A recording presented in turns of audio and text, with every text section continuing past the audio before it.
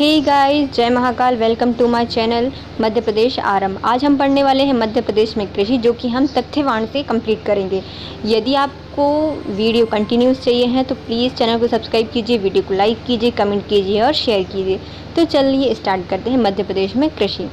मध्य प्रदेश कृषि प्रधान राज्य है। इसकी अर्थव्यवस्था का मुख्य आधार कृषि पर निर्भर करता है। मध्य प्रदेश के सकल घरेलू उत्पाद में कृषि और उससे संबंधित क्षेत्र प्राथमिक क्षेत्र का प्रचलन मूल्य का अनुसार योगदान 2019-20 में त्वरित में 43.93% और 2020-21 में आसंगित या अनुमानित जो है वो है 46.98% रहा है। प्रदेश की जीडीपी में सर्वाधिक योगदान प्रचलित भावों पर है, जबकि प्रत्यक्ष और अप्रत्यक्ष रूप से क्रियान्वयन जनसंख्या के लगभग प्रतिशत को रोजगार इसी क्षेत्र में मिलता है। मध्य प्रदेश में कृषि भूमि उपयोग का वर्गीकरण कितना है? 2014-15 के अनुसार ये क्या है? 2014-15 के अनुसार मध्य प्रदेश में कृषि भूमि उपयोग का वर्गीकरण देखिए, 50% पर शुद्ध बोया जाता है। शुद्ध क्या बोया जाता है? 50% में बोई जाती है। परती भूमि कितनी है? तो 3 डली रहती है परती भूमि। बंजर भूमि कितनी है? तो 6% बंजर भूमि है। और खेती के लिए उपलब्ध नहीं है वो कितनी है? 11%। वनों के लिए उपयोग की जाती है 30% भूमि। वनों के लिए 30%, खेती उपलब्ध नहीं है जिसके लिए तो वो है 11%। बंजर भूमि है 6%, परती भूमि है 3% और शुद्ध बोया गया क्षेत्र है 50%। मध्य प्रदेश आर्थिक सर्वे रिपोर्ट 2020-21 के अनुसार सकल घरेलू उत्पाद में क्षेत्रवार योगदान प्रचलित और स्थिर भाव के आधार पर इस प्रकार है। मतलब प्रचलित भाव और स्थिर भाव में जो सकल घरेलू उत्पाद का जो योगदान है वो कितना है मध्य प्रदेश में 2020-21 के अनुसार? तो प्राथमिक क्षेत्र में है 43.93%, द्वितीय क्षेत्र में है 20.1% और तृतीय क्षेत्र में है 36.06%। प्राथमिक क्षेत्र मतलब कृषि क्षेत्र से जो आता है उसमें सबसे ज़्यादा योगदान रहता है मध्य प्रदेश में, जो कि है 43.93%। द्वितीय क्षेत्र मतलब जिसमें उद्योग आते हैं उसका है 20.21%। तृतीय क्षेत्र में क्या आता है? 36.06% आता है, जो कि तृतीय क्षेत्र मतलब सिविल सर्विसेज या फिर जो सर्विसेज होती हैं उसकी अंतर्गत आता है। अब आता है स्थिर भाव। स्थिर भाव में प्राथमिक क्षेत्र से आता है 44.49%, द्वितीय क्षेत्र में आता है 25.64%, तृतीय क्षेत्र में आता है 59.63%। अब आता है मध्य प्रदेश में कृषि से संबंधित महत्वपूर्ण आंकड़े।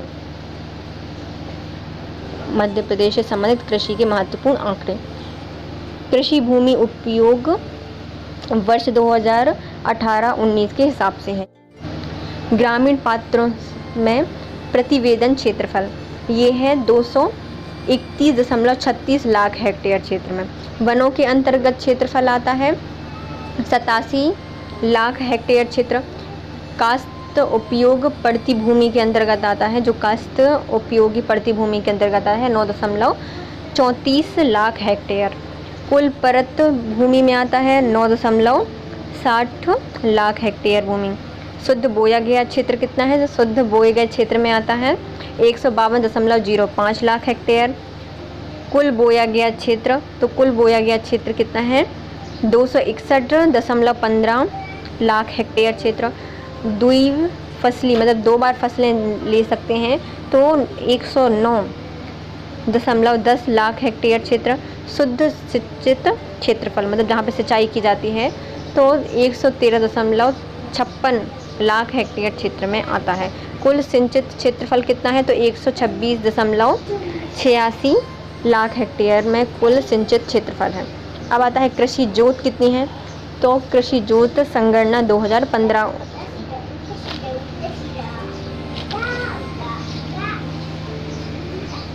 15-16 के हिसाब से कृषि जोत की संख्या कितनी है? तो 100 लाख में है। कृषक जोत कितने हैं? तो 157 लाख हेक्टेयर में है और कृषक जोतों का औसत आकार कितना है, तो 1.6 लाख हेक्टेयर में है। देखो कृषि जोत की संख्या कितनी है, तो कृषि जोत है 100 लाख में। कृषक जोतों का संख्या या फिर क्षेत्रफल कितना है, क्षेत्रफल है 157 लाख हेक्टेयर में। और कृषक जोतों का औसत आकार है 1.66 लाख हेक्टेयर में। कृषि उत्पादक या उत्पादन में 2019-20 कुल खाद्यान्न उत्पादन 553.79 लाख मेट्रिक टन। सोयाबीन कितना लगाया जाता है, 38.59 लाख मेट्रिक टन। समस्त तिलहन तो 52.84 लाख मेट्रिक टन। गन्ना 7.41 लाख मेट्रिक टन। कपास 8.30 लाख मेट्रिक टन पर इसका उपयोग या उत्पादन किया जाता है। कुल खाद्यान्न कितना है, तो अपन 5-5 करके खाएंगे 3 बार, तो 5-5 3, तो कुल खाद्यान्न उत्पादन में है। सोयाबीन कितना है, तो सो जाएंगे, सो गया, खो गया, तो 3 को ऐसे गिरा दो तो बन जाएगा 8, है ना। 3 ये है, फिर इसको अपन ऐसे गिरा दो तो बन जाएगा 8, तो कितना है 38%। और समस्त तिलहन कितनी है, तो 5-2 में है, 52 का है तेल या तिलहन। गन्ना कितना है, गन्ना एक बिल्कुल एकदम साथ ऐसा खड़ा रहता है, ऐसा है ना, और ऐसे पत्ते लगे होते हैं, तो 7.41 लाख मेट्रिक टन में है। और कपास कितना है, तो कपास बहुत ऐसे तो फूला रहता है, गोल गोल 8, तो 8 लाख मेट्रिक टन में स्थित है। मध्य प्रदेश फसलों का औसत उत्पादन, मध्य प्रदेश में फसलों का औसत उत्पादन 2019-20 के हिसाब से किलोग्राम प्रति हेक्टेयर में इसको लिया जाता है। गन्ना सबसे ज़्यादा है, जो कि कितना है 59,470 किलोग्राम प्रति हेक्टेयर में। फिर उसके बाद आता है कौन सा सबसे ज़्यादा आता है, धान, जो कि है कितना 3563 किलोग्राम प्रति हेक्टेयर। गेहूँ आता है 3298 किलोग्राम प्रति हेक्टेयर। ज्वार आता है 1494 किलोग्राम प्रति हेक्टेयर क्षेत्र में। सोयाबीन है 623 किलोग्राम प्रति हेक्टेयर क्षेत्र में। कपास कितना है 1277 किलोग्राम प्रति हेक्टेयर क्षेत्र में इसको लगाया जाता है, उत्पादन किया जाता है। उत्पादन के हिसाब से फिर से देख लेते हैं कितना है। धान जो कि है 3563 किलोग्राम प्रति हेक्टेयर। गेहूँ 32.98 किलोग्राम प्रति हेक्टेयर। ज्वार 1494 किलोग्राम प्रति हेक्टेयर। सोयाबीन 623 किलोग्राम प्रति हेक्टेयर। गन्ना 49,470 किलोग्राम प्रति हेक्टेयर में। और कपास कितना है 1277 किलोग्राम प्रति हेक्टेयर में उत्पादित किया गया है। मध्य प्रदेश में किसानों का वर्गीकरण कैसे किया गया। सीमांत किसान, ऐसे किसान जिनके पास 1 हेक्टेयर से कम भूमि होती है उनको सीमांत किसान कहा जाता है और इनकी संख्या मध्य प्रदेश में सबसे ज़्यादा है। द्वितीय किसान, इनके पास 1 से 2 हेक्टेयर के बीच भूमि होती है। लघु मध्यम किसान, इनके पास 2 से 4 हेक्टेयर की भूमि होती है। मध्यम किसान, इनके पास 4 से 10 हेक्टेयर के बीच कृषि भूमि होती है, इनको मध्यम किसान कहा जाता है। और बड़े किसान, जिनके पास 10 हेक्टेयर से ज़्यादा कृषि भूमि होती है, उनको कहा जाता है मध्यम किसान। इनकी संख्या बहुत कम है, जो कि 1% है मध्य प्रदेश में। मध्य प्रदेश में मौसम आधारित फसलों का वर्गीकरण, तो मध्य प्रदेश में मौसम के आधार वर्गीकरण किया गया है 3 प्रकार में। पहले आती है खरीफ की फसल, फिर आती है दूसरी रबी की फसल और तीसरी आती है जायद की फसल। खरीफ की फसल जो कि जून जुलाई के समय बोई जाती है और सितंबर अक्टूबर के समय काट ली जाती है। इसमें आते हैं उड़द, सोयाबीन, ज्वार, बाजरा, मक्का, कपास और धान। रबी की फसल, इसको अक्टूबर नवंबर में बोया जाता है और फरवरी मार्च के समय इसको काट लिया जाता है। इसमें गेहूँ, जौ, चना, मटर, सरसों, राई, मसूर और अलसी आते हैं। जबकि ज्वार जो होती है वो खरीफ की फसल है और जौ क्या है रबी की फसल। अब आती है जायद फसलें। इनको जायद फसलों को अप्रैल मई के समय बोया जाता है और जून तक इनको काट लिया जाता है। इसमें आते हैं तरबूज, खरबूज और ककड़ी। मध्य प्रदेश का कृषि विभाग द्वारा कृषि प्रदेशों का विभाजन, ये किसके द्वारा किया गया है, ये किसी विभाग के द्वारा किया गया है, कृषि प्रदेश के विभाजन। तो ये कितने प्रकार में किया गया है, तो 5 प्रकार के होते हैं। उत्तर में ज्वार गेहूं का प्रदेश, पश्चिम में काली मिट्टी का प्रदेश जिसको गेहूं और कपास के लिए जाना जाता है। मध्य में गेहूं का मालवा प्रदेश। संपूर्ण पूर्वी जो कि है मध्य प्रदेश में चावल का प्रदेश। और बुंदेलखंड का क्षेत्र जो यहाँ पर चावल गेहूं का प्रदेश कहा जाता है। चावल गेहूं का प्रदेश पूरा बुंदेलखंड। पूर्व में मध्य प्रदेश का चावल का प्रदेश। मध्य में गेहूं का मालवा प्रदेश। पश्चिम में गेहूं और कपास का प्रदेश। और उत्तर में ज्वार और गेहूं का प्रदेश। उत्तर में गेहूं और ज्वार। उत्तर में ज्वार गेहूं का प्रदेश कहा जाता है जो कि मुरैना, श्योपुर, भिंड, ग्वालियर, दतिया, शिवपुरी, गुना, छतरपुर और टीकमगढ़ इसके अंतर्गत आते हैं। और एक अन्य प्रदेश छिंदवाड़ा और बैतूल है जो कि क्या है, ये अपवाद है, छिंदवाड़ा और बैतूल, जहाँ पर ज्वार और गेहूं की खेती की जाती है। अब आता है मध्य प्रदेश में पश्चिम में मिट्टी जो काली मिट्टी पाई जाती है इसको गेहूं और कपास का प्रदेश कहा जाता है।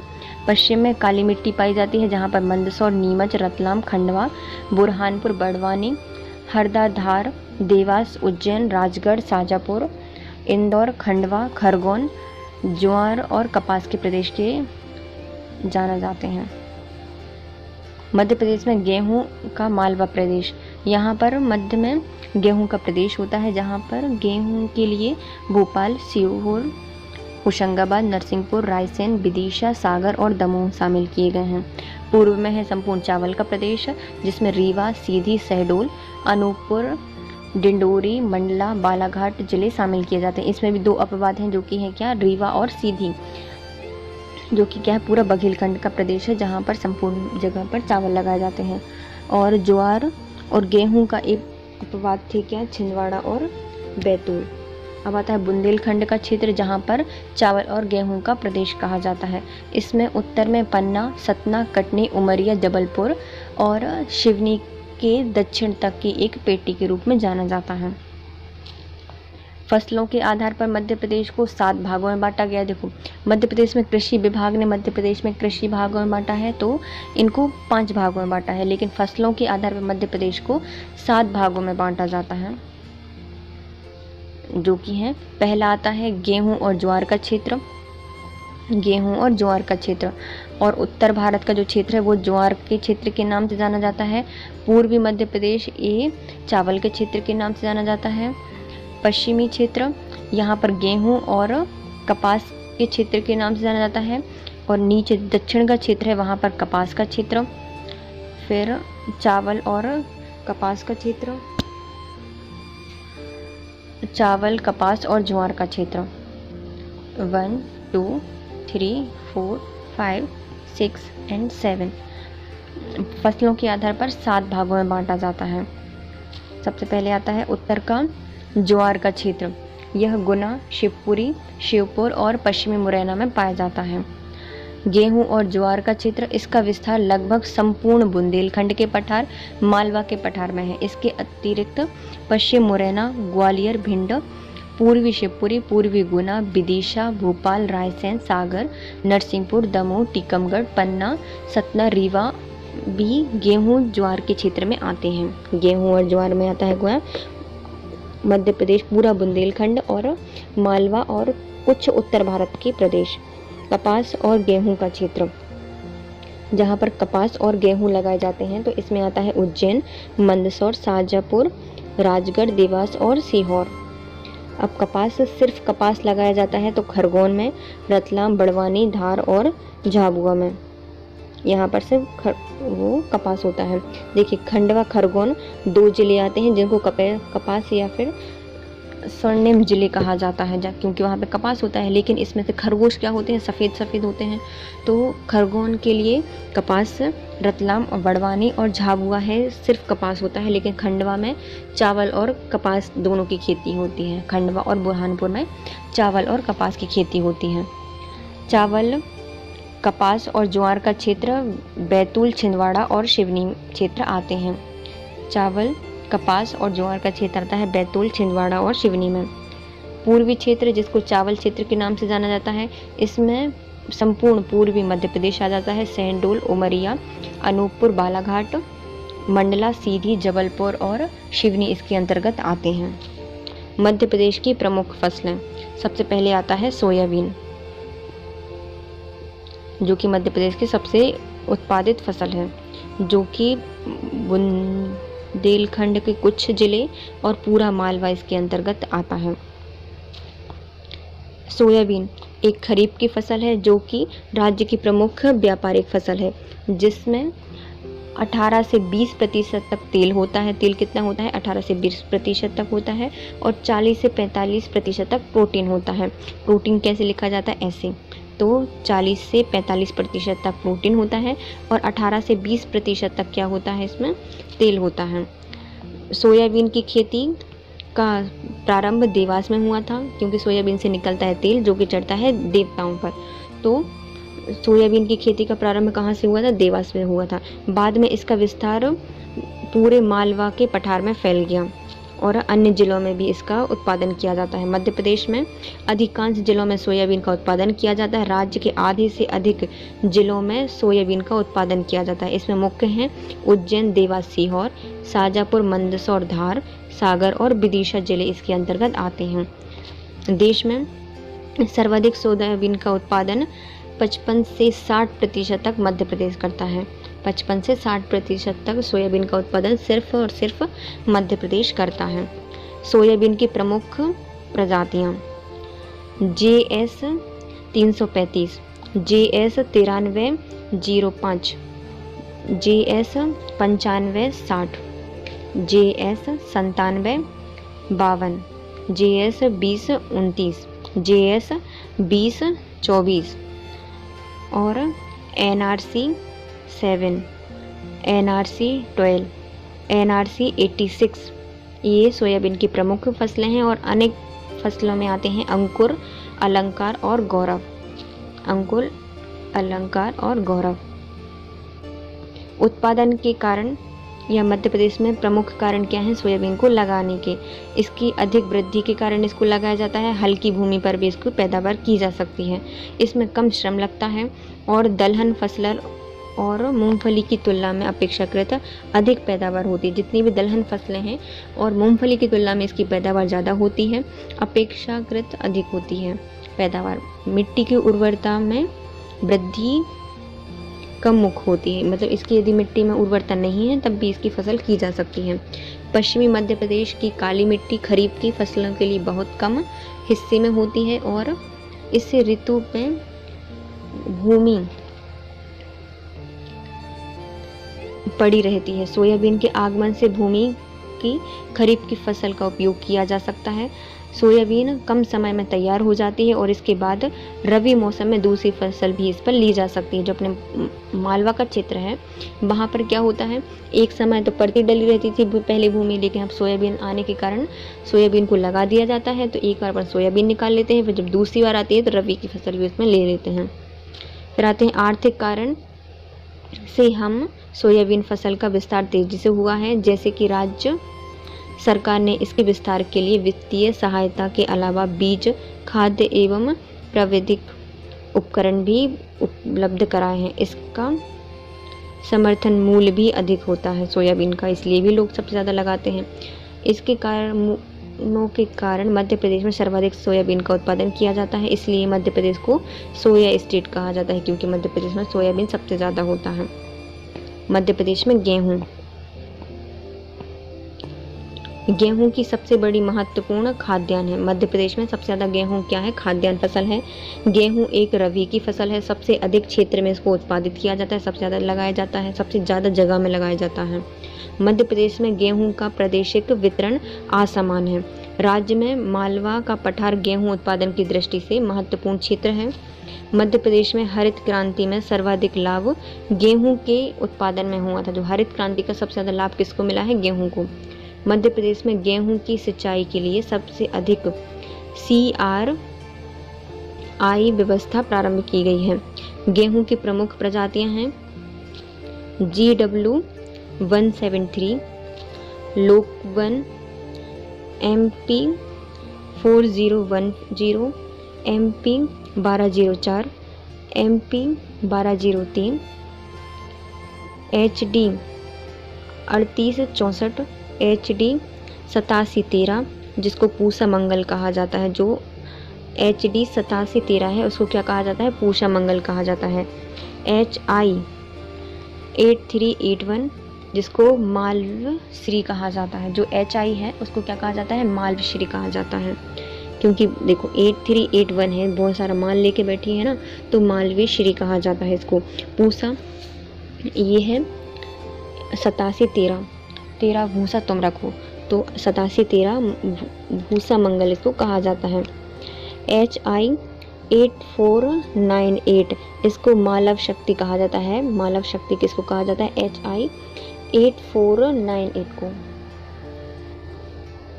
HI 8663 इसको पोषण कहा जाता है, 6 का पोषण देती है, तो HI हेल्थ में HI में देती है क्या? पोषण, 6 का पोषण देती है, तो HI 8663 पोषण है। MPO 1106 इसका है सुधा। MPO 1106 सुधा। MPO 1215 HD 4672 मालव रत्न इनको कहा जाता है। और HI 8627 मालव क्रांति। ये सब क्या है? गेहूं की प्रमुख फसलें हैं। सबसे ज़्यादा है इसमें सरवती गेहूं और लोकवन सबसे ज़्यादा फेमस है। पूषा मंगल जिसको HD 8713 के नाम से जाना जाता है। HI 8381 को क्या कहा जाता है? मालवश्री। मालवश्री मतलब इसमें क्या है? 83 81 है, तो मालव श्री। HI 8498 है मालव शक्ति, बहुत इसमें शक्ति है 8 की, और 7 में है 9, तो मालव शक्ति है ये। HI 8663 तो इसमें 6 का पोषण दे रही है, तो इसको पोषण कहा जाता है। MPO 1106 तो ये है सुधा, सबकी सुध देती है 1106 सुधा। MPO 1215 HD 4672 ये है मालव रत्न, 72 रत्न लेके घूमती है। 72 रत्न लेके घूमती है। HI 8627 इसको मालव क्रांति कहा जाता है। अब आते हैं मध्य प्रदेश में धान। अविभाजित मध्य प्रदेश का सबसे महत्वपूर्ण फसल मानी जाती है धान। जब मध्य प्रदेश से छत्तीसगढ़ अलग नहीं हुआ था तो प्रमुख फसल कौन सी थी? धान। इसका मुख्य क्षेत्र पूर्वी मध्य प्रदेश है, जो कि वर्तमान में छत्तीसगढ़ राज्य के अंतर्गत आता है। छत्तीसगढ़ अंचल का मध्य प्रदेश से अलग हो जाने के बावजूद भी मध्य प्रदेश में लगभग 11.63 लाख हेक्टेयर भूमि पर धान की खेती की जाती है। इसका अधिकांश भाग पूर्वी और दक्षिणी पूर्वी मध्य प्रदेश में है। पूर्वी और दक्षिण पूर्वी जो मध्य प्रदेश है वहाँ पर आता है चावल का क्षेत्र। मध्य प्रदेश में धान की खेती के लिए अग्रिम राज्य या जिला कौन सा है? बालाघाट है। सबसे ज़्यादा चावल कहाँ पे लगाए जाते हैं? बालाघाट में। बालाघाट के चिन्ह और चावल को अभी क्या मिल गया है? GI tag. धान की प्रमुख फसलें हैं सहभागी। हमारे सब काम में जो हवन वगैरह होते हैं, जितने भी पूजा के सामान होते हैं, उसमें क्या होता है? चावल अपने सहभागी देता है, तो सहभागी। दंतेश्वरी चावल को दांत से नहीं खाना पड़ता, तो दंतेश्वरी। पूषा इसमें निकलता नहीं है भूसा, तो चावल में नहीं निकलता भूसा, तो पूषा भी इसकी एक फसल है। WGL इसमें WGL ये भी एक किसकी फसल है? तो चावल की है। पूषा सुगंध भूसा में इसकी सुगंध भी आता है, तो क्या है ये? चावल की फसल। MTU 1010 ये क्या है? धान की फसल है। IR 64 ये भी एक गेहूं की मतलब धान की फसल है। IR 36 JRH 5 JRH 8 PRH 10 Narendra Shankar ये भी धान की फसल है। नरेंद्र शंकर धान 2 और CORH और सह्याद्री ये सब चावल की फसल होती हैं। सह्याद्री। मक्का एक खरीफ की फसल है और यह उष्ण आर्द्र क्षेत्रों में उत्पादित की जाती है।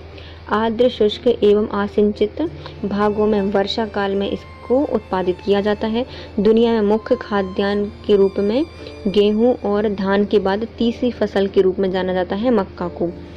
सामने आ रही इसका मुख्य कारण इसकी उत्पादकता, क्योंकि इसका उत्पादन क्षमता गेहूं और धान से 25 से 30% तक अधिक होती है। इसको क्यों लगाया जाता है? क्योंकि ये गेहूं और धान से अधिक उत्पादित होता है और इसका नंबर गेहूं और धान के बाद तीसरे नंबर पर आता है। सबसे ज़्यादा लगाई जाने वाली फसल है, खरीफ की फसल है, उष्ण आर्द्र फसल है। इसको बरसात के मौसम में लगाया जाता है। इसके प्रमुख जिले हैं छिंदवाड़ा, बैतूल और सिवनी। मक्का कहाँ पे लगाया जाता है? छिंदवाड़ा, बैतूल और सिवनी। गन्ना एक प्रमुख व्यावसायिक फसल है। यह विषम परिस्थितियों में भी गन्ना की खेती को बहुत अधिक प्रभावित नहीं कर पाती। इसकी विशेष कारणों से गन्ना की खेती अपने आप में सुरक्षित और लाभकारी होती है। इसमें बहुत सारे किसी का प्रभाव नहीं पड़ता। प्रदेश में प्रमुख गन्ना उत्पादक जिले हैं नरसिंहपुर, छिंदवाड़ा, बुरहानपुर, बैतूल और दतिया। नरसिंहपुर, छिंदवाड़ा, बुरहानपुर, बैतूल और दतिया गन्ने के प्रमुख उत्पादक जिले हैं। वर्तमान में कुल गन्ना उत्पादन का लगभग 50% रकबा नरसिंहपुर में पैदा किया जाता है। जो मध्य प्रदेश में गन्ना होता है वो सबसे ज़्यादा कहाँ पर उत्पादित किया जाता है? नरसिंहपुर में, जिसमें उत्पादकता वृद्धि की असीम संभावना है, जो वैज्ञानिक, तकनीकी एवं कुशल प्रबंधन के माध्यम से ही संभव हो सका है।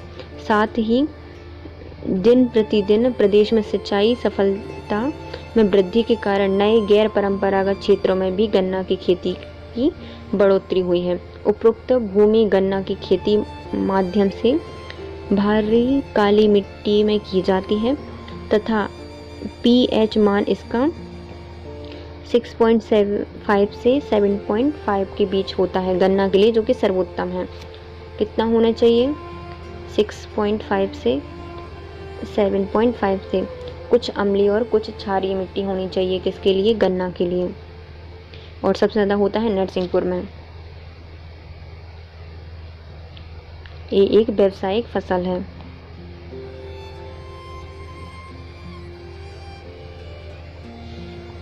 अब आता है चना। चना मध्य प्रदेश की महत्वपूर्ण उपज है। इसका दाल और खाद्यान्न के रूप में प्रयोग किया जाता है। इससे दालें बनती है और खाद्यान्न में इसका उपयोग किया जाता है। चना एक रबी की फसल है, जो कि रबी के मौसम में बोई जाती है और समय में नमी की आवश्यकता होती है। इसको क्या होती है? नमी की आवश्यकता होती है।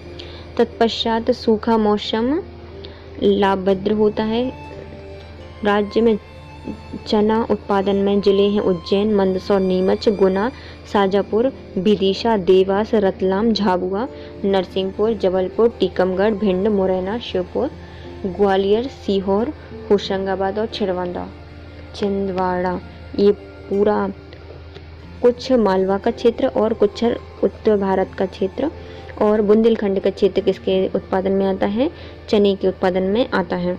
काबुली चने की प्रजाति कौन कौन सी है? JGK1, JGK2, JGK3। ये काबुली चने की हैं। जे भी खाओ, जे भी खाओ, जे भी खाओ। JGK1, JGK2, JGK3। देसी चने की प्रजाति कौन कौन सी हैं?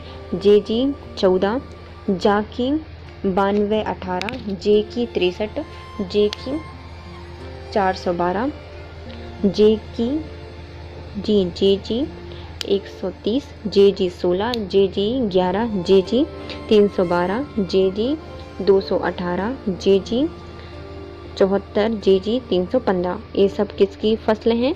तो चने की हैं। अपन जब चने बनाते हैं पर बोलते हैं जे भी खाओ, जे भी खाओ, जे भी खाओ। तो जे भी खाओ चने की, जब अपन काबुली चने बनाते हैं, चने छोले चने वगैरह है ना, तो जे भी खाओ, जे भी खाओ। तो ये सब JG वाली जितनी फसलें हैं वो किसकी हैं? चने की हैं। और जो IH वाली जितनी फसलें थी वो किसकी थी? गेहूं की थी। और IR IR वाली जितनी फसलें थी वो किसकी थी? धान की थी। धान की तो और भी थी, जैसे सहभागी देता है वो हमारी यज्ञ में, दांतों से नीचे आना पड़ता है, इसमें भूसा नहीं निकलता, भूसा होता है सुगंधित होता है। और नरेंद्र शंकर धान भी इसकी प्रमुख फसलें हैं या फिर प्रजातियां हैं। अब आता है मध्य प्रदेश में ज्वार। ज्वार प्रमुख खाद्यान्न फसल है। इसका प्रदेश में राज्य की कृषि में अर्थव्यवस्था में महत्वपूर्ण स्थान है। ज्वार विश्व की एक मोटे अनाज वाली महत्वपूर्ण फसल है। वर्षा आधारित कृषि होने के कारण ज्वार का सर्वाधिक उपयुक्त फसल माना जाता है। वर्तमान में मध्य प्रदेश में ज्वार की खेती लगभग 4 लाख हेक्टेयर भूमि पर की जाती है। 4 लाख हेक्टेयर भूमि पर की जाती है ज्वार। मध्य प्रदेश में ज्वार का क्षेत्रफल विगत वर्षों में कम होने के बावजूद राष्ट्र की औसत उपज से अधिक है। मध्य प्रदेश में खरगोन, खंडवा, बड़वानी, छिंदवाड़ा, बैतूल, राजगढ़, गुना जिले में मुख्यतः इसकी खेती की जाती है। जो अपना उत्तर भारत का क्षेत्र है वहाँ पर की जाती है ज्वार की खेती। इसके अलावा ज्वार के दाने का उपयोग उच्च गुणवत्ता वाले अल्कोहल और इथेनॉल बनाने में किया जाता है। अल्कोहल और इथेनॉल बनाया जाता है किससे? ज्वार से। मैं वर्ग के जावा अल्कोहल और इसको इथेनॉल बना रहा है तो इसको नज़र ना लग जाए, तो ज्वार इथेनॉल और अल्कोहल बना रहा है। अब आता है मध्य प्रदेश में प्याज। प्याज एक महत्वपूर्ण सब्जी और मसाले के रूप में इसका उपयोग किया जाता है। क्या है ये? सब्जी और मसाला फसल है। इसमें प्रोटीन और कुछ विटामिन भी अल्प मात्रा में होते हैं। प्याज में मुख्य रूप से औषधीय गुण पाए जाते हैं। मध्य प्रदेश में प्याज की खेती कहाँ पर की जाती है? तो खंडवा, शाजापुर, रतलाम और छिंदवाड़ा, सागर और इंदौर में की जाती है। सबसे ज़्यादा कहाँ पे की जाती है? तो खंडवा में की जाती है। फिर जो सजा है मालवा के कुछ प्रदेश आते हैं जिसमें आता है शाजापुर, रतलाम और इंदौर, और छिंदवाड़ा और सागर में की जाती है प्याज की खेती। भारत में प्याज का निर्यात Malaysia, USA, Canada, Japan, Lebanon और कुवैत में किया जाता है। कहाँ पे किया जाता है भारत से प्याज? Malaysia, USA, Canada, Japan, Lebanon और कुवैत में इसका निर्यात किया जाता है। मूंगफली। मूंगफली एक तिलहन और खाद्य पदार्थ दोनों में उपयोग किया जाता है। इसका मूंगफली एक खरीफ की फसल है। यह रेतीली, दोमट, भुरभुरी और जल की अच्छी निकासी वाली क्षेत्र में होती है। मतलब इसमें ड्रेनेज सिस्टम ज़्यादा अच्छा होना चाहिए पानी का, वरना ही खराब हो जाएगी। और भुरभुरी, दोमट, रेतीली में की उपज की जाती है।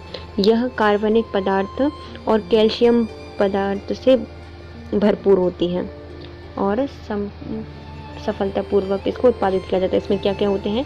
कार्बनिक पदार्थ होते हैं और कैल्शियम इसमें पाया जाता है। अब आता है कपास। कपास भी एक प्रादेशिक औद्योगिक फसल है। यह राज्य की सबसे महत्वपूर्ण नगद फसल है। मध्य प्रदेश में कपास की बुआई जून में की जाती है और नवंबर से मार्च के मध्य इसको काट लिया जाता है। नवंबर से मार्च में इसको काट लिया जाता है। यह मालवा की काली मिट्टी के क्षेत्र में नर्मदा, ताप्ती नदियों की कछारी मिट्टी में उत्पादित की जाती है। प्रदेश की जलवायु और मुख्य रूप से निमाड़ क्षेत्र कपास उत्पादन क्षेत्र में प्रमुख है। कपास को सफ़ेद सोने के रूप में जाना जाता है और खंडवा, खरगोन को कपास की उत्पादकता के कारण ही सुनहरे जिले कहा जाता है। ये कब बुआई इसकी जून में की जाती है और नवंबर से मार्च के मध्य में इसको काट ली जाती है। अब आता है संतरा।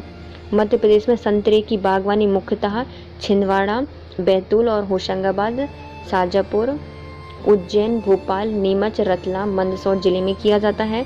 प्रदेश में सर्वाधिक क्षेत्रफल पर संतरे की खेती छिंदवाड़ा में होती है, क्योंकि जब संतरे को जब काटते हैं तो छोटे छोटे से छेद होते हैं, तो संतरे की खेती सबसे ज़्यादा कहाँ पे होती है? छिंदवाड़ा में होती है। लेकिन छिंदवाड़ा के साथ शाजापुर में, उज्जैन में, भोपाल में, नीमच, रतलाम और मंदसौर में भी की जाती है। प्रदेश में संतरे की किस्म नागपुर संतरा प्रचलित है।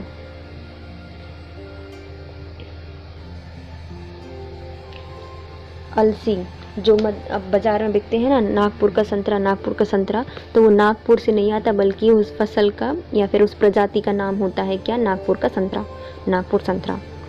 अब आती है अलसी। अलसी भी तिलहन के अंतर्गत आने वाली प्रमुख फसल है। यह सभी प्रकार की मिट्टी में बोई जा सकती है। मध्य प्रदेश में अलसी रबी की फसल के अंतर्गत आता है। आम एक उष्णकटिबंधीय पौधा है, फिर भी इसे उपोष्ण क्षेत्र में सफलतापूर्वक पैदा किया जा सकता है। ये कहाँ पर होता है? ये उष्णकटिबंधीय पौधा है, लेकिन इसको उपोष्ण क्षेत्र में भी पैदा किया जा सकता है। 25 से 27 डिग्री तापमान पर इसकी खेती की जाती है और इसके लिए उपयुक्त माना जाता है। अलीराजपुर में आम की एक प्रजाति फेमस है, जिसको क्या कहा जाता है? नूरजहां किस्म कहा जाता है, जो कि अलीराजपुर में पाई जाती है। इसकी पहले से बुकिंग की जाती है और ये बहुत महंगा बिकता है, और 2-3 पीढ़ी हैं नूरजहां की वहाँ पर, इसलिए इसकी पहले से बुकिंग करनी पड़ती है अलीराजपुर में। अब आता है अरहर। अरहर प्रदेश की प्रमुख दाल फसल है, जो कि तुअर के नाम से जानी जाती है। अरहर को किसके नाम से जाना जाता है? तुअर के नाम से जाना जाता है। वर्षा के आरंभ में जुलाई माह में कपास और ज्वार के साथ इसको बोया जाता है। जो अरहर होती है उसको कपास और ज्वार के साथ बोया जाता है। ज्वार तो सितंबर अक्टूबर में काट ली जाती है और फिर इसको बाद में काट लिया जाता है। ये कौन सी फसल है? ये बरसात में बोई जाती है, मतलब ये एक खरीफ की फसल है। अब आता है लहसुन। लहसुन एक कंद वाली मसाला फसल है। इसमें एल्सिन नामक तत्व पाया जाता है। क्या पाया जाता है? एल्सिन। इसको एल्सिन, एल के इसमें होता है ना, एल, ऐसा एल्सिन पाया जाता है, जिसके कारण इसकी एक खास प्रकार की गंध और तीक्ष्ण स्वाद होता है। एल्सिन के कारण होता है। लहसुन की खेती मंदसौर, नीमच और रतलाम, धार, उज्जैन के साथ साथ प्रदेश के सभी जिलों में खेती की जाती है। कहाँ की जाती है? मेनली मंदसौर में, नीमच और रतलाम में, और धार, उज्जैन में लहसुन की खेती की जाती है। आजकल इसका प्रसंस्करण कर पाउडर पेस्ट तैयार किया जाता है। प्रसंस्करण इकाइयाँ मध्य प्रदेश में कार्यरत हैं, जो प्रसंस्करण उत्पादकों को निर्यात करके विदेशी मुद्रा अर्जित करती हैं। ये थी मध्य प्रदेश की प्रमुख फसलें। अब आती है मध्य प्रदेश की कृषि जलवायु क्षेत्र। मध्य प्रदेश में 11 उप कृषि जलवायु क्षेत्र उपस्थित हैं। कितने हैं? 11 उप कृषि जलवायु क्षेत्र उपस्थित हैं। 5 फसलों क्षेत्र में है। मध्य प्रदेश में कृषि विविधता की व्यापक संभावनाएं उपलब्ध हैं। अधोलिखित है कि मध्य प्रदेश में 11 कृषि क्षेत्र के जिले सामान्य बारिश तथा मृदा के प्रकार को दिखाते हैं। जिले के उत्पादन की विविधता को भी यह तालिका दर्शाती है।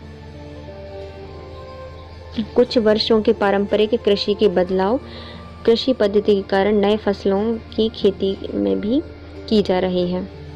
मध्य प्रदेश में कृषि जलवायु क्षेत्र की जानकारी, मतलब जलवायु के आधार पर कृषि क्षेत्रों को कितने भागों में बांटा जाता है?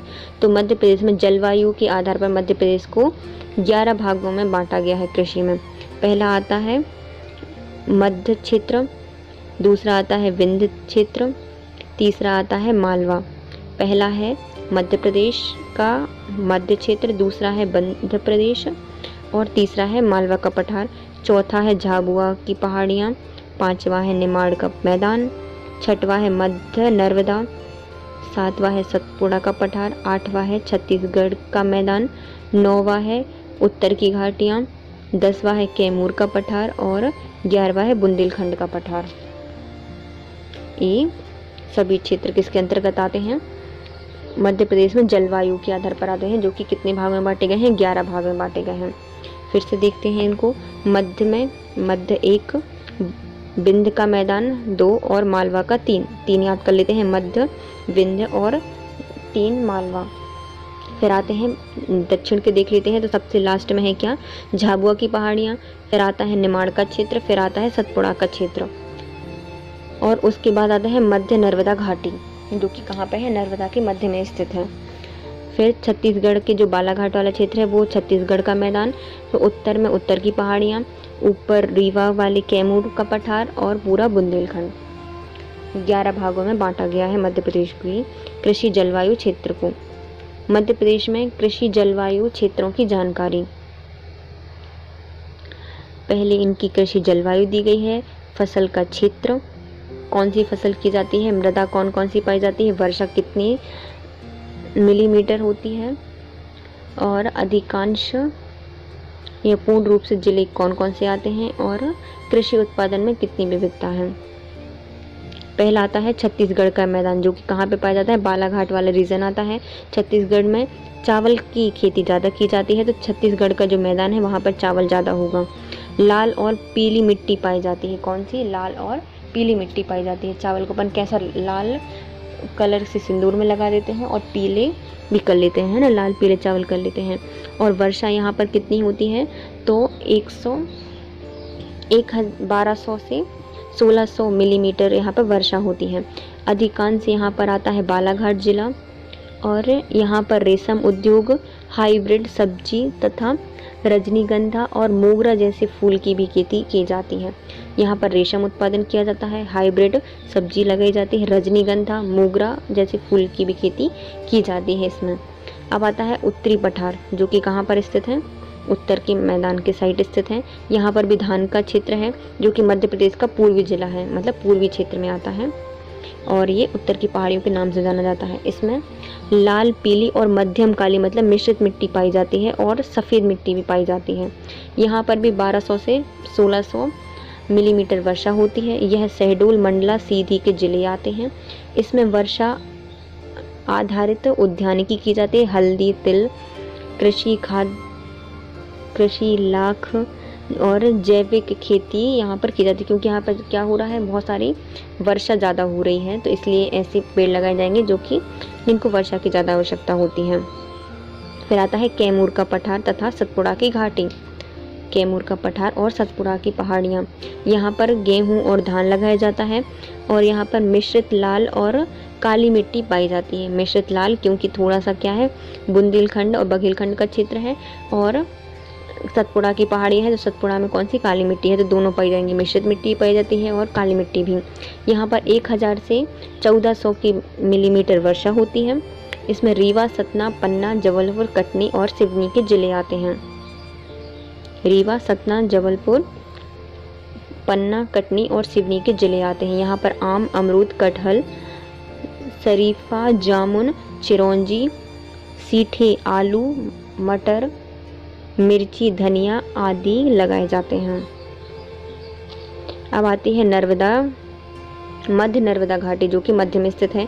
ये गेहूं के क्षेत्र के नाम से जानी जाती है। और यहाँ पर जो गहरा काली मिट्टी होती है, गहरी काली, वो पाई जाती है मध्य नर्मदा में।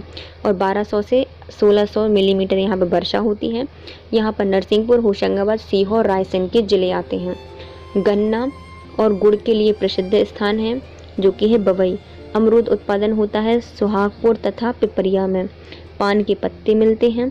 सुहागपुर और पिपरिया में क्या मिलते हैं, पान के पत्ते। नर्मदा घाटी के तट पर तरबूज, ककड़ी, मीठे आलू, खीरा, बैगन, टमाटर और गौमूत्र का उत्पादन किया जाता है। अब आता है विंध्य का पठार, जो कि विंध्य पर्वत पर स्थित है। यहाँ पर भी गेहूं का क्षेत्र है। मध्य और गहरी काली मिट्टी यहाँ पर पाई जाती है। 1200 से 1400 मिलीमीटर वर्षा होती है। इसमें भोपाल, सागर, दमोह, विदिशा, रायसेन, बरेली को छोड़कर, सीहोर जो कि बुधनी को छोड़कर गुना वाले जिले आते हैं। किसमें, विंध्य के पठार में।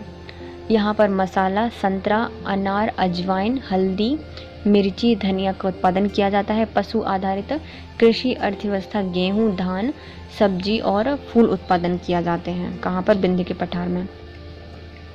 फिर आता है मध्य क्षेत्र, जो कि कौन सा है, अपना मध्य प्रदेश का उत्तरी जिला।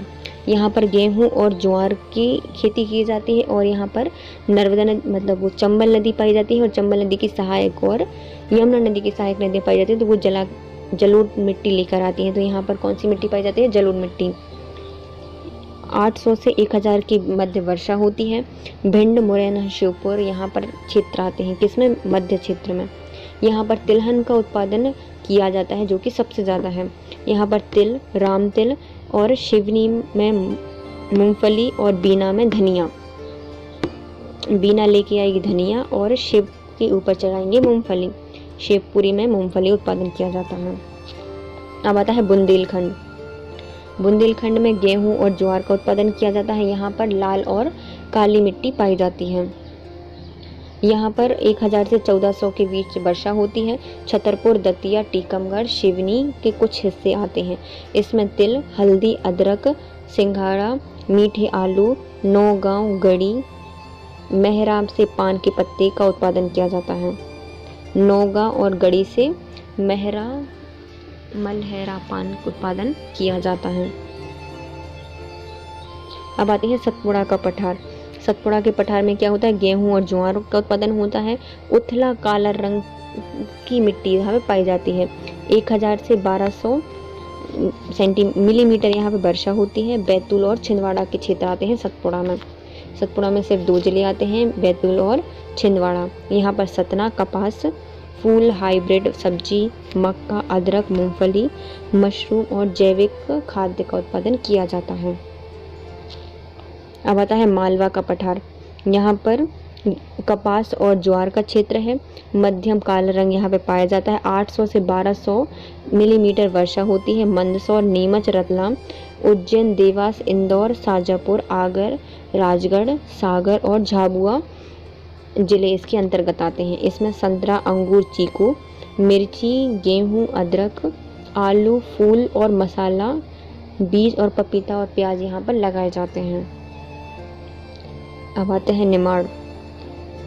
कपास, ज्वार का क्षेत्र आता है निमाड़ में। मध्यम काली मिट्टी पाई जाती है। 800 से 1000 मिलीमीटर वर्षा होती है। इसमें खंडवा, खरगोन, हरदा और धार जिले आते हैं। इसमें खरगोन और बड़वानी में चीकू पाया जाता है। खरगोश क्या खाता है, चीकू। बड़े बड़े खरगोश क्या खाते हैं, चीकू खाते हैं। अनार और मिर्ची का उत्पादन बुरहानपुर में। केले का उत्पादन किया जाता है। बुरहानपुर किसके लिए फेमस है, तो केले के लिए है। तब लोग हैरान हो जाते हैं जब लोग केला खाते हैं, तो बुरहानपुर केला उत्पादन। बड़वानी में पपीता, बड़े बड़े पपीते आते हैं और ज्वार का उत्पादन किया जाता है।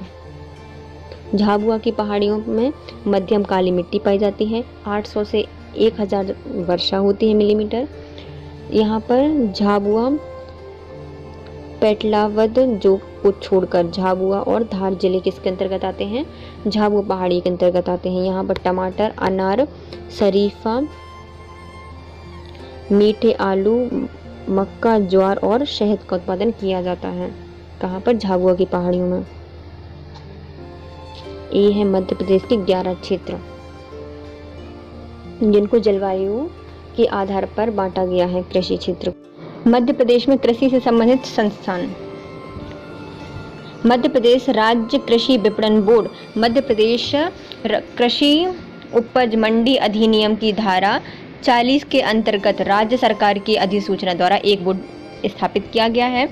तदनुसार मध्य प्रदेश राज्य कृषि विपणन बोर्ड जून 1973 से कार्यरत है। विपणन बोर्ड कब से है, तो सबको देते हैं 3-7 चीज़ें होती हैं, तो अपन नॉर्मली क्या करते हैं, इक्वल उसको डिवाइड नहीं करते, तो 3-3 बांटते हैं और एक एक्स्ट्रा रख लेता है, तो 373 में इसका विपणन किया गया है। बोर्ड का गठन राज्य शासन के द्वारा 4 अगस्त 1973 को किया गया था। धारा कौन सी है, तो इसमें है मध्य प्रदेश कृषि उपज मंडी अधिनियम की धारा 40 के द्वारा इसको बनाया गया है। राज्य कृषि विपणन बोर्ड जून 1973 में बनाया गया है, जिसको 4 अगस्त 1973 में इसको गठन किया गया था। मध्य प्रदेश राज्य बीज और फार्म विकास निगम, बीज और फार्म विकास के लिए एक निगम बनाया गया है। निगम की स्थापना, मध्य प्रदेश राज्य बीज और फार्म विकास निगम की स्थापना 6ठी पंचवर्षीय योजना के प्रारंभिक वर्ष 1980 में मध्य प्रदेश राज्य बीज एवं फार्म विकास निगम 1980 क्रमांक 18 के अंतर्गत 17 नवंबर 1980 को बनाया गया था। बीज और फार्म विकास निगम कब बनाए गए हैं, तो 1980 में बनाए गए हैं। कौन सी पंचवर्षीय योजना है, तो 6वीं पंचवर्षीय योजना में इसके तहत इनको बनाया गया है। 80 बीज कैसे होते हैं, गोल गोल होते हैं, और फार्म में अपन कई बार जाते हैं 8 बजे से पहुंच जाते हैं, 8-9 बजे तक, 8 से 8 तक रहते हैं, तो फार्म क्या है, या फिर 8-10 दिन का एक प्रोग्राम रहता है, तो 80 में इसको बनाया गया था, 1980 में बनाया गया था। और कृषि विपणन बोर्ड का कितना है, तो 7 यदि कोई चीज़ होती है तो किसानों को सिर्फ 3 ही मिलती है, तो 73 में इसको बनाया गया था मध्य प्रदेश राज्य कृषि विपणन बोर्ड। अब मध्य प्रदेश राज्य बीज और फार्म विकास निगम के उद्देश्य क्या क्या थे, इसके तहत प्रदेश में स्थित एवं प्रदेश के बाहर स्थित कृषि विश्वविद्यालय और कृषि विज्ञान केंद्रों में प्राप्त किए गए हैं। प्रजनक बीज के आधार पर बीज का अधिक से अधिक उत्पादन प्रदेश में कराने की व्यवस्था तथा प्रगुण अनुपात में उत्तरोत्तर सुधार लाना। प्रदेश के अधिक से अधिक कृषकों को आधार बीज उपलब्ध कराना। अधिक से अधिक प्रमाणित बीज का उत्पादन करना। इस प्रमाणित बीज को अधिक से अधिक कृषकों को शासन द्वारा निर्धारित उचित दरों पर उपलब्ध कराना, मतलब किसानों को अधिक से अधिक उनको मिल सके अच्छी दरों पर। प्रमाणित बीज से अधिक कृषकों को देना, जो प्रमाणित बीज हैं उनको देना, और कृषकों को आधार बीज के उपलब्ध कराकर अधिक से अधिक प्रमाणित बीज देना।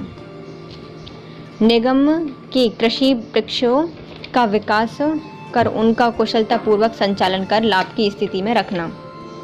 क्या करना है?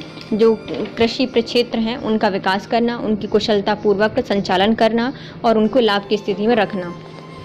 ये सब हैं किसके? मध्य प्रदेश बीज और फार्म विकास निगम की, जिसकी स्थापना कब हुई थी? 1980 में हुई थी। अब बताएं मध्य प्रदेश में बीज प्रमाणीकरण संस्थान। बीज देखो, बीज और फार्म विकास कब बना है? तो 1980 में बना है। लेकिन जो बीज का प्रमाणन है वो कैसे करेंगे? तो कोई छापते हैं ना, इनके लिए छापे निकाले जाते हैं, अच्छे बीज छापेंगे तो 6 भारत सरकार द्वारा अधिसूचित बीज अधिनियम 1966 की धारा 8 के अंतर्गत मध्य प्रदेश राज्य बीज प्रमाणीकरण संस्थान की स्थापना 1 फरवरी 1980 को की गई थी। इसका अधिनियम कौन सा है? तो 1966 है। अच्छे बीज आएंगे तो 66 में इसका अधिनियम है। लेकिन बनाया कब गया था? जब बीज और फार्म विकास निगम आया था, उसी के तहत बीज प्रमाणीकरण संस्थान भी स्थापित की गई थी, जो कि की गई है 1 फरवरी 1980 को। यह मध्य प्रदेश सोसाइटी रजिस्ट्रेशन अधिनियम 1973 के अंतर्गत पंजीकृत है। 1973 में क्या बना था? जो कृषक विकास विपणन बोर्ड था, कृषि विपणन बोर्ड था, वो बना था 1973 में, क्योंकि विपणन किया जाता, बांटी जा रही थी कोई चीज़, तो 1973।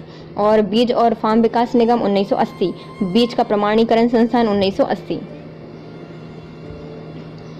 इसको किस के तहत बनाया गया? तो मध्य प्रदेश सोसाइटी रजिस्ट्रेशन अधिनियम 1973 के तहत इसको बनाया गया है, राज्य बीज प्रमाणीकरण संस्थान को। संस्था के कार्य के सुचारू संपादन हेतु संस्था के ज्ञात पत्र और नियम निर्धारित किए गए हैं। इसके अंतर्गत संस्था का संचालन मंडल गठित करता है। इसके अध्यक्ष प्रदेश के कृषि उत्पादन आयुक्त हैं। संस्था के प्रबंधक संचालक मंडल के सदस्य सचिव हैं। संस्था का प्रधान कार्यालय भोपाल में स्थित है। इसका जो प्रधान कार्यालय है वो कहाँ पर स्थित है? तो इसका प्रधान कार्यालय भोपाल में स्थापित किया गया है। और जो इसके संचालन के लिए एक कृषि उत्पादन आयुक्त होते हैं। कौन होते हैं? कृषि उत्पादन आयुक्त होते हैं। और इसके प्रबंधन कौन करता है और संचालन करता है? मंडल के सदस्य अध्यक्ष सचिव। बीज परीक्षण कार्य हेतु संस्था की 4 बीज परीक्षण प्रयोगशालाएं बनाई गई हैं। देखिए, बीज को प्रमाण देने से पहले इनका परीक्षण किया जाता है, तो इसके लिए जो परीक्षण प्रयोगशालाएं बनाई गई हैं वो कितनी है? मध्य प्रदेश में 4 जगह है, मतलब चारों दिशाओं में है। ऐसे याद करते हैं, चारों दिशा में है मध्य प्रदेश की, तो 4 बनाई गई हैं। पहली कौन सी है? पहली है इंदौर, जबलपुर, भोपाल और उज्जैन। इंदौर कहाँ है? मध्य, देखिए ये मध्य प्रदेश है, यहाँ पर इंदौर स्थित है, यहाँ पर भोपाल है, यहाँ पर उज्जैन है और यहाँ पर जबलपुर है। देखिए, तो सबसे पहले आती है जबलपुर, पूर्व में है, पश्चिम में आती है उज्जैन, फिर आती है इंदौर और फिर आती है भोपाल। 4 संस्थान बनाए गए हैं बीज के प्रयोगशालाएं। संस्थान कितनी बनाई गई हैं? 4 बनाई गई हैं। इसका प्रमाणीकरण संगठन कब बनाया गया था? संस्थान कब बना था? तो 1980 में बना था। आधुनिक शुद्धता परीक्षण के लिए संस्था का एक गो आउट परीक्षण प्रक्षेत्र देहमी जिला धार में स्थापित किया गया है। जो गो आउट परीक्षण प्रक्षेत्र है वो देलमी जिला ग्वालियर में स्थापित किया गया है। धान फसल के गो आउट परीक्षण हेतु संस्था की पिपरी जी बालाघाट में 70 एकड़ का प्रक्षेत्र हाल ही में बनाया गया है। देखिए, आनुवांशिक यदि शुद्धता देखनी है कि आनुवांशिक शुद्धता क्या होती है, जो मतलब जो संकर बीज होते हैं उनके जो पेरेंट बीज होते हैं उनसे जो उनके डॉटर बीज जो बनते हैं उनमें क्या परीक्षण आया है, कितनी शुद्धता है, इसकी जांच करने के लिए कितनी धार आई है उनमें, है ना।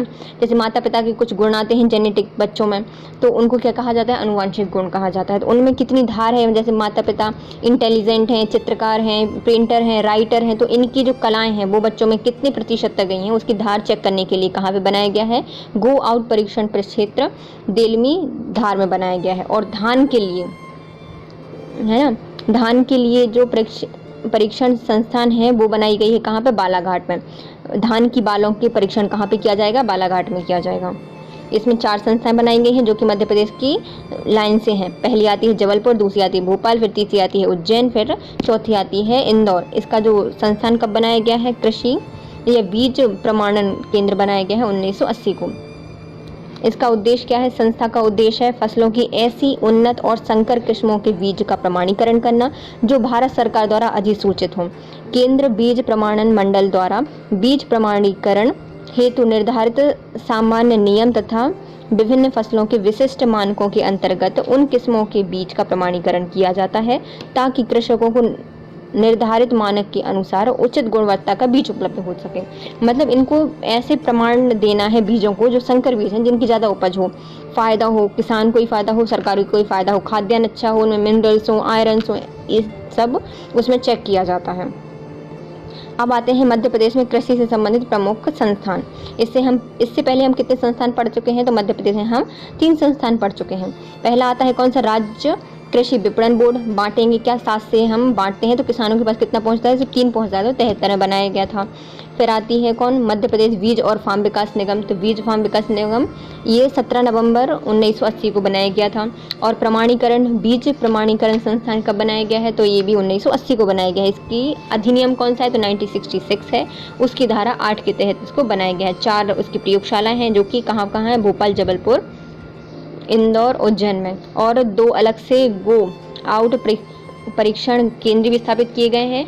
तो जो अनुवांशिक शुद्धता जांच करने के लिए धार में स्थापित किया गया है और धान की शुद्धता जांच करने के लिए बालाघाट की पिपरी झील में बनाया गया है, झीरी। अब आते हैं मध्य प्रदेश से कृषि से संबंधित प्रमुख संस्थान। पहले आते हैं संस्थान के नाम और फिर उनकी स्थापना वर्ष। मध्य प्रदेश भंडार गृह निगम 1958 को बनाया गया था। मध्य प्रदेश भंडार गृह निगम, देखिए मध्य प्रदेश या भारत कब आज़ाद हुआ था, भारत हुआ था 1947 को, लेकिन इतना भंडार ही नहीं था। कृषि सबसे बड़ा या फिर खाद्यान्न सबसे बड़ी चुनौती थी स्वतंत्र भारत के लिए, क्योंकि अपने यहाँ पर व्यावसायिक खेती करने लगे थे अंग्रेज, अनाज कम होता था, इसलिए कितने सारे अकाल पड़े हैं भारत में ब्रिटिश काल में। तो सबसे बड़ा कारण क्या था, कृषि का, क्योंकि भंडारण नहीं था। तो आज़ादी के सिर्फ 11 साल बाद क्या स्थापित कर दिया गया, भंडारण गृह स्थापित किया गया 1958 को। अब आता है मध्य प्रदेश कृषि उद्योग विकास। कृषि को उद्योग की तरह विकास करना है, तो 1969 में इसको स्थापित किया गया है। 1969 में और क्या बना है, तो इसरो की स्थापना हुई थी, है ना, तो जो कि अंतरिक्ष के लिए हुई थी। और मध्य प्रदेश में कृषि उद्योग विकास के लिए 1969 में इसका गठन किया गया है। अब आता है मध्य प्रदेश कृषि विपणन बोर्ड। कृषि के लिए विपणन बोर्ड अभी अपन ने पढ़ लिया, 7 निकालती है गवर्नमेंट फंड, लेकिन पहुंचता कितना है कृषि के पास, 3 पहुंचता है। राज्य भूमि विकास निगम, तो भूमि के लिए क्या होता है, भूमि का जब विकास करना पड़ता है तो फावड़ा देखा है आपने कभी, ऐसा होता है ऐसा, तो उसको उल्टा कर दो तो बन जाएगा 7। तो फावड़ा 77 से 78 में बनाया गया है मध्य प्रदेश राज्य भूमि विकास निगम। मध्य प्रदेश में बीज फार्म विकास निगम बना है कब, 1980 में, और इसी में बीज प्रमाणीकरण संस्थान की स्थापना भी की गई है 1980 को। अब आता है मध्य प्रदेश पशुधन और कुक्कुट विकास निगम। कुक्कुट विकास और जो पशुधन विकास निगम है उसकी स्थापना 1982 को की गई थी। मध्य प्रदेश में कृषि लागत और विपणन आयोग। कृषि में लागत लगानी है, मतलब कितनी लागत लगेगी और उसका विपणन कैसे होगा, तो 2007 को किया गया है। संस्थाएं ये दी गई हैं। पहली आती है भंडार गृह निगम 1958 को, मध्य प्रदेश कृषि उद्योग विकास निगम तो 1969 को, मध्य प्रदेश राज्य कृषि विपणन बोर्ड तो 1973 में, मध्य प्रदेश राज्य भूमि विकास निगम तो जो कि आया है 1977 से 78 में, मध्य प्रदेश बीज और फार्म विकास निगम बीज और फार्म के लिए और बीज प्रमाणन के लिए किया गया 1980 में स्थापित। मध्य प्रदेश में पशुधन और कुक्कुट विकास निगम बनाया गया है 1982 में, और मध्य प्रदेश में कृषि लागत विपणन आयोग बनाया गया है 2007 में। अब आते हैं मध्य प्रदेश की प्रमुख फसलें और उत्पादन क्षेत्र। पहले हैं फसलें और उनसे प्रमुख जो जिले हैं उत्पादन के लिए वो। पहले आता है गेहूं। सबसे पहले गेहूं, क्योंकि अपने मध्य प्रदेश की प्रमुख खाद्यान्न फसल कौन सी है? गेहूं है। इसको सीहोर में, होशंगाबाद में, हरदा में, अशोकनगर, भोपाल, रतलाम और उज्जैन में लगाया जाता है। पूरे मालवा जो बेल्ट है, पूरा मालवा है, वहाँ पर लगाया जाता है। प्रमुख जिले कौन कौन से हैं? सीहोर, होशंगाबाद, हरदा, अशोकनगर, भोपाल, रतलाम और उज्जैन में गेहूं का उत्पादन किया जाता है। अब आता है चावल। चावल में मध्य प्रदेश का पूर्वी मध्य प्रदेश फेमस है, जो कि जहां पर आते हैं बालाघाट, जहां के चिन्नौर चावल सबसे फेमस हैं, और बालाघाट में ही धान की जो गो आउट प्रयोगशाला स्थापित की गई है धान के लिए, है ना। मंडला, सीधी, छिंदवाड़ा, बैतूल, रीवा, सतना और भिंड। देखिए, उत्तर भारत का सिर्फ एक जिला ही है जो कि क्या नाम है जिसका? भिंड और रीवा, सतना। ये कहाँ के हैं? बघेलखंड नहीं, बुंदेलखंड में। रीवा, सतना पठार वाले क्षेत्र हैं कौन से? रीवा और सतना। और सभी दक्षिण पूर्वी वाले एरिया आते हैं चावल उत्पादन में। अब आता है ज्वार। ज्वार के लिए मध्य प्रदेश का उत्तर भारत का जो पठार है वो फेमस है, जिसमें आते हैं सबसे पहले मंदसौर, रतलाम, कुछ मालवा का क्षेत्र भी आता है जिसमें आता है उज्जैन। फिर आता है राजगढ़, शाजापुर, देवास, इंदौर, खंडवा, खरगोन, गुना, विदिशा और सीहोर। ये कहाँ पर है? तो ये ज्वार उत्पादन के जिले माने जाते हैं। अब आता है मक्का। तो मक्का के लिए सबसे फेमस है छिंदवाड़ा। मक्का छिंदवाड़ा, उज्जैन, मंदसौर, नीमच, रतलाम, गुना, धार, राजगढ़, शाजापुर और इंदौर में उत्पादित किया जाता है। ये कहाँ पे है? पूरा मालवा, कुछ थोड़ा सा उत्तर भारत का क्षेत्र। अब आता है चना। चना विदिशा, होशंगाबाद, नरसिंहपुर, गुना, उज्जैन, मंदसौर, धार, भिंड, मुरैना, शिवपुरी और रीवा में चना का उत्पादन किया जाता है। मतलब मध्य प्रदेश का जो मध्य वाला क्षेत्र है, विदिशा, होशंगाबाद, नरसिंहपुर वाला, और कुछ मालवा वाला क्षेत्र, उज्जैन, मंदसौर, धार, और उत्तर भारत का भी कुछ क्षेत्र, भिंड, मुरैना, शिवपुरी और रीवा, ये चने उत्पादन के लिए जाने जाते हैं। अब आता है मध्य प्रदेश में अरहर। इसके लिए दक्षिण पूर्वी मध्य प्रदेश के जिले बैतूल, छिंदवाड़ा, जबलपुर, नरसिंहपुर, पश्चिमी मध्य प्रदेश के भिंड, मुरैना, ग्वालियर, इंदौर, उज्जैन, देवास, खंडवा, खरगोन, धार, झाबुआ और उत्तर में रीवा, सतना, शहडोल, सीधी, ये सब अरहर के लिए फेमस है। तिलहन, इसमें उत्तर पश्चिमी मध्य प्रदेश, छतरपुर, शिवपुरी, सीधी और होशंगाबाद फेमस हैं। जो तिलहन फसलें होती हैं वो कहाँ पर हैं? तो छतरपुर, शिवपुरी, सीधी और होशंगाबाद और पूरा उत्तर पश्चिमी मध्य प्रदेश। कपास के लिए सबसे फेमस है खंडवा, खरगोन, इनको सुनहरे जिले कहा जाता है।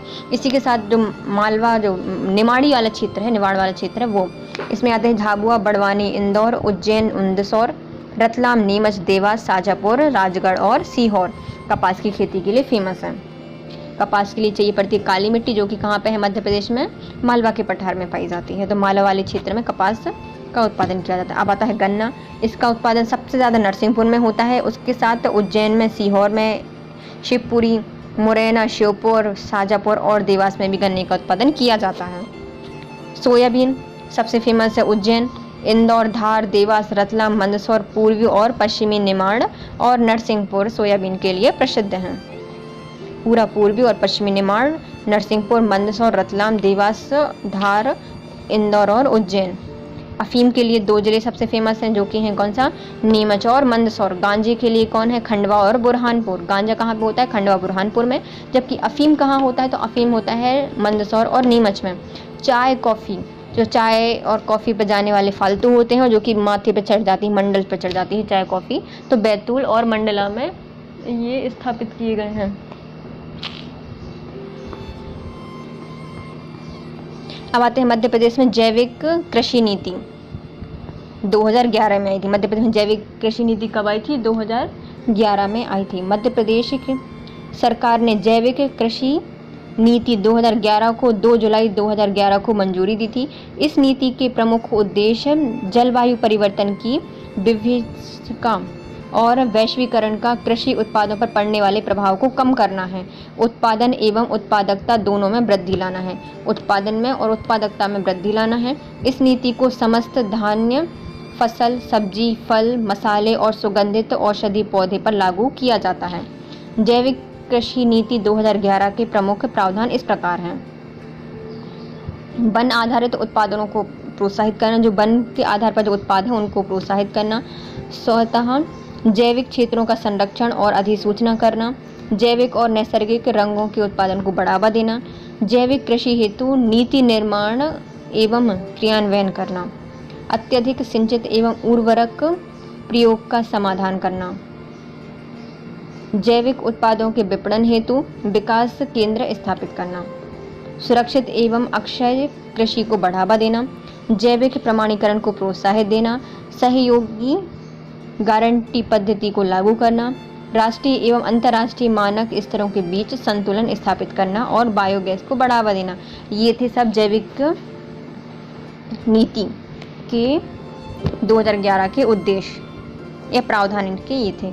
इनके प्रमुख तत्व कौन से हैं? मध्य प्रदेश एकमात्र जैविक कपास अनुसंधान कहाँ पर स्थापित किया गया है? खंडवा में किया गया है। जैविक तो खंडवा में स्थापित किया गया है। भारत की पहली जैविक खेती इकाई कहाँ पर स्थापित की गई? तो इकाई 1 से इंदौर।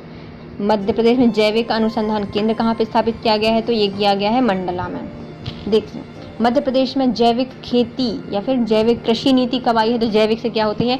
1 और 1 11, 1 और 1 11, एक एक करके 11 बना देंगे तो क्या बनाई गई है? जैविक खेती से 1 और 1 11 करके इसको बनाया गया था। 2011 में ये हुई।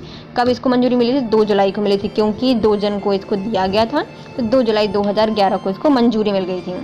इसके प्रावधान तो सभी के जैसे होते हैं। उत्पादनों को प्रोत्साहित देना, वनों के संरक्षण और अधिसूचित करना, जैविक कृषि को जो जैविक और नैसर्गिक रंग हैं उनको उत्पादन को बढ़ावा देना, कृषि के लिए नीति निर्माण करना, सिंचित और उर्वरक का प्रयोग करना, उत्पादों के विपणन हेतु विकास केंद्र स्थापित करना, सुरक्षित और अक्षय कृषि को बढ़ावा देना, जैविक प्रमाणीकरण को प्रोत्साहित करना, सहभागी गारंटी पद्धति को लागू करना, राष्ट्रीय और अंतर्राष्ट्रीय मानक स्तरों के बीच संतुलन स्थापित करना और बायोगैस को बढ़ावा देना। ये सब क्या है? जैविक कृषि नीति के उपाय हैं, ये प्रावधान है। अब इसके तथ्य क्या हैं देखिए। तो सबसे पहले जैविक खेती कपास के लिए सबसे ज़्यादा फेमस जिले कौन से हैं? तो खंडवा, खरगोन है। तो सबसे पहले आता है खंडवा। तो खंडवा में ही क्या स्थापित किया जा रहा है? जैविक कपास अनुसंधान, क्योंकि बड़े बड़े खड्डे बने हुए हैं तो वहाँ पर अपन कपास को अच्छे से जैविक कृषि कर सकते हैं उनकी। और सबसे इकाई कहाँ पे स्थापित की जा रही है? तो पहली जैविक खेती की इकाई मतलब 1 से इंदौर में स्थापित की जा रही है। जैविक अनुसंधान केंद्र कहाँ पे स्थापित किया जाएगा? तो जैविक अनुसंधान केंद्र किया जाएगा मंडला में। मध्य प्रदेश राज्य कृषि उद्योग विकास निगम मर्यादित भोपाल। स्थापना भारत सरकार और राज्य सरकार की हिस्सेदारी में 21 मार्च 1969 को कंपनी अधिनियम के अंतर्गत किसकी स्थापना हुई है? तो मध्य प्रदेश कृषि उद्योग विकास निगम की स्थापना की गई थी 1969 में। निगम की अधिकृत अंश पूंजी रुपये 500 लाख है। यह प्रदाता अंश पूंजी रुपये 329.49 लाख है। इसमें से भारत सरकार का अंश रुपये 120 लाख है और राज्य सरकार का अंश रुपये 209.49 है। मतलब राज्य सरकार इसमें ज़्यादा लेती है, गवर्नमेंट कितना लेती है? देखिए पूरी निगम की जो अत्यधिक अंश पूंजी है वो कितनी है? 5 लाख रुपए है और इसमें प्रदाता अंश पूंजी है 329 लाख रुपए। इसमें भारत सरकार का अंश है 120 रुपये या 20 लाख रुपए और राज्य का है कितना? 209 लाख रुपए। कृषि आदान विपणन नीति।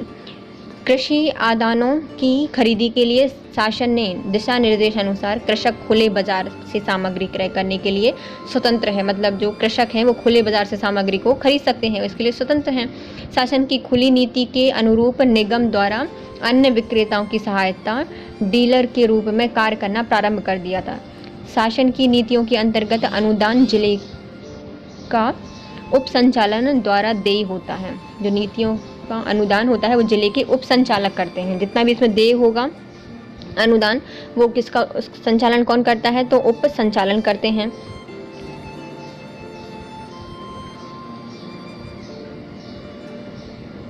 और जिसमें विक्रेता होते हैं, इस कृषि के अनुसार ये खुली नीति होती है। इसके अनुसार जो विक्रेता होता है, विक्रेता की तरह डीलर के रूप में कार्य करना प्रारंभ कर देते हैं। ये कृषि के आदानों की खरीदी के लिए शासन के दिशा अनुसार कृषक खुले बाजार में सामग्री क्रय करने के लिए स्वतंत्र होते हैं।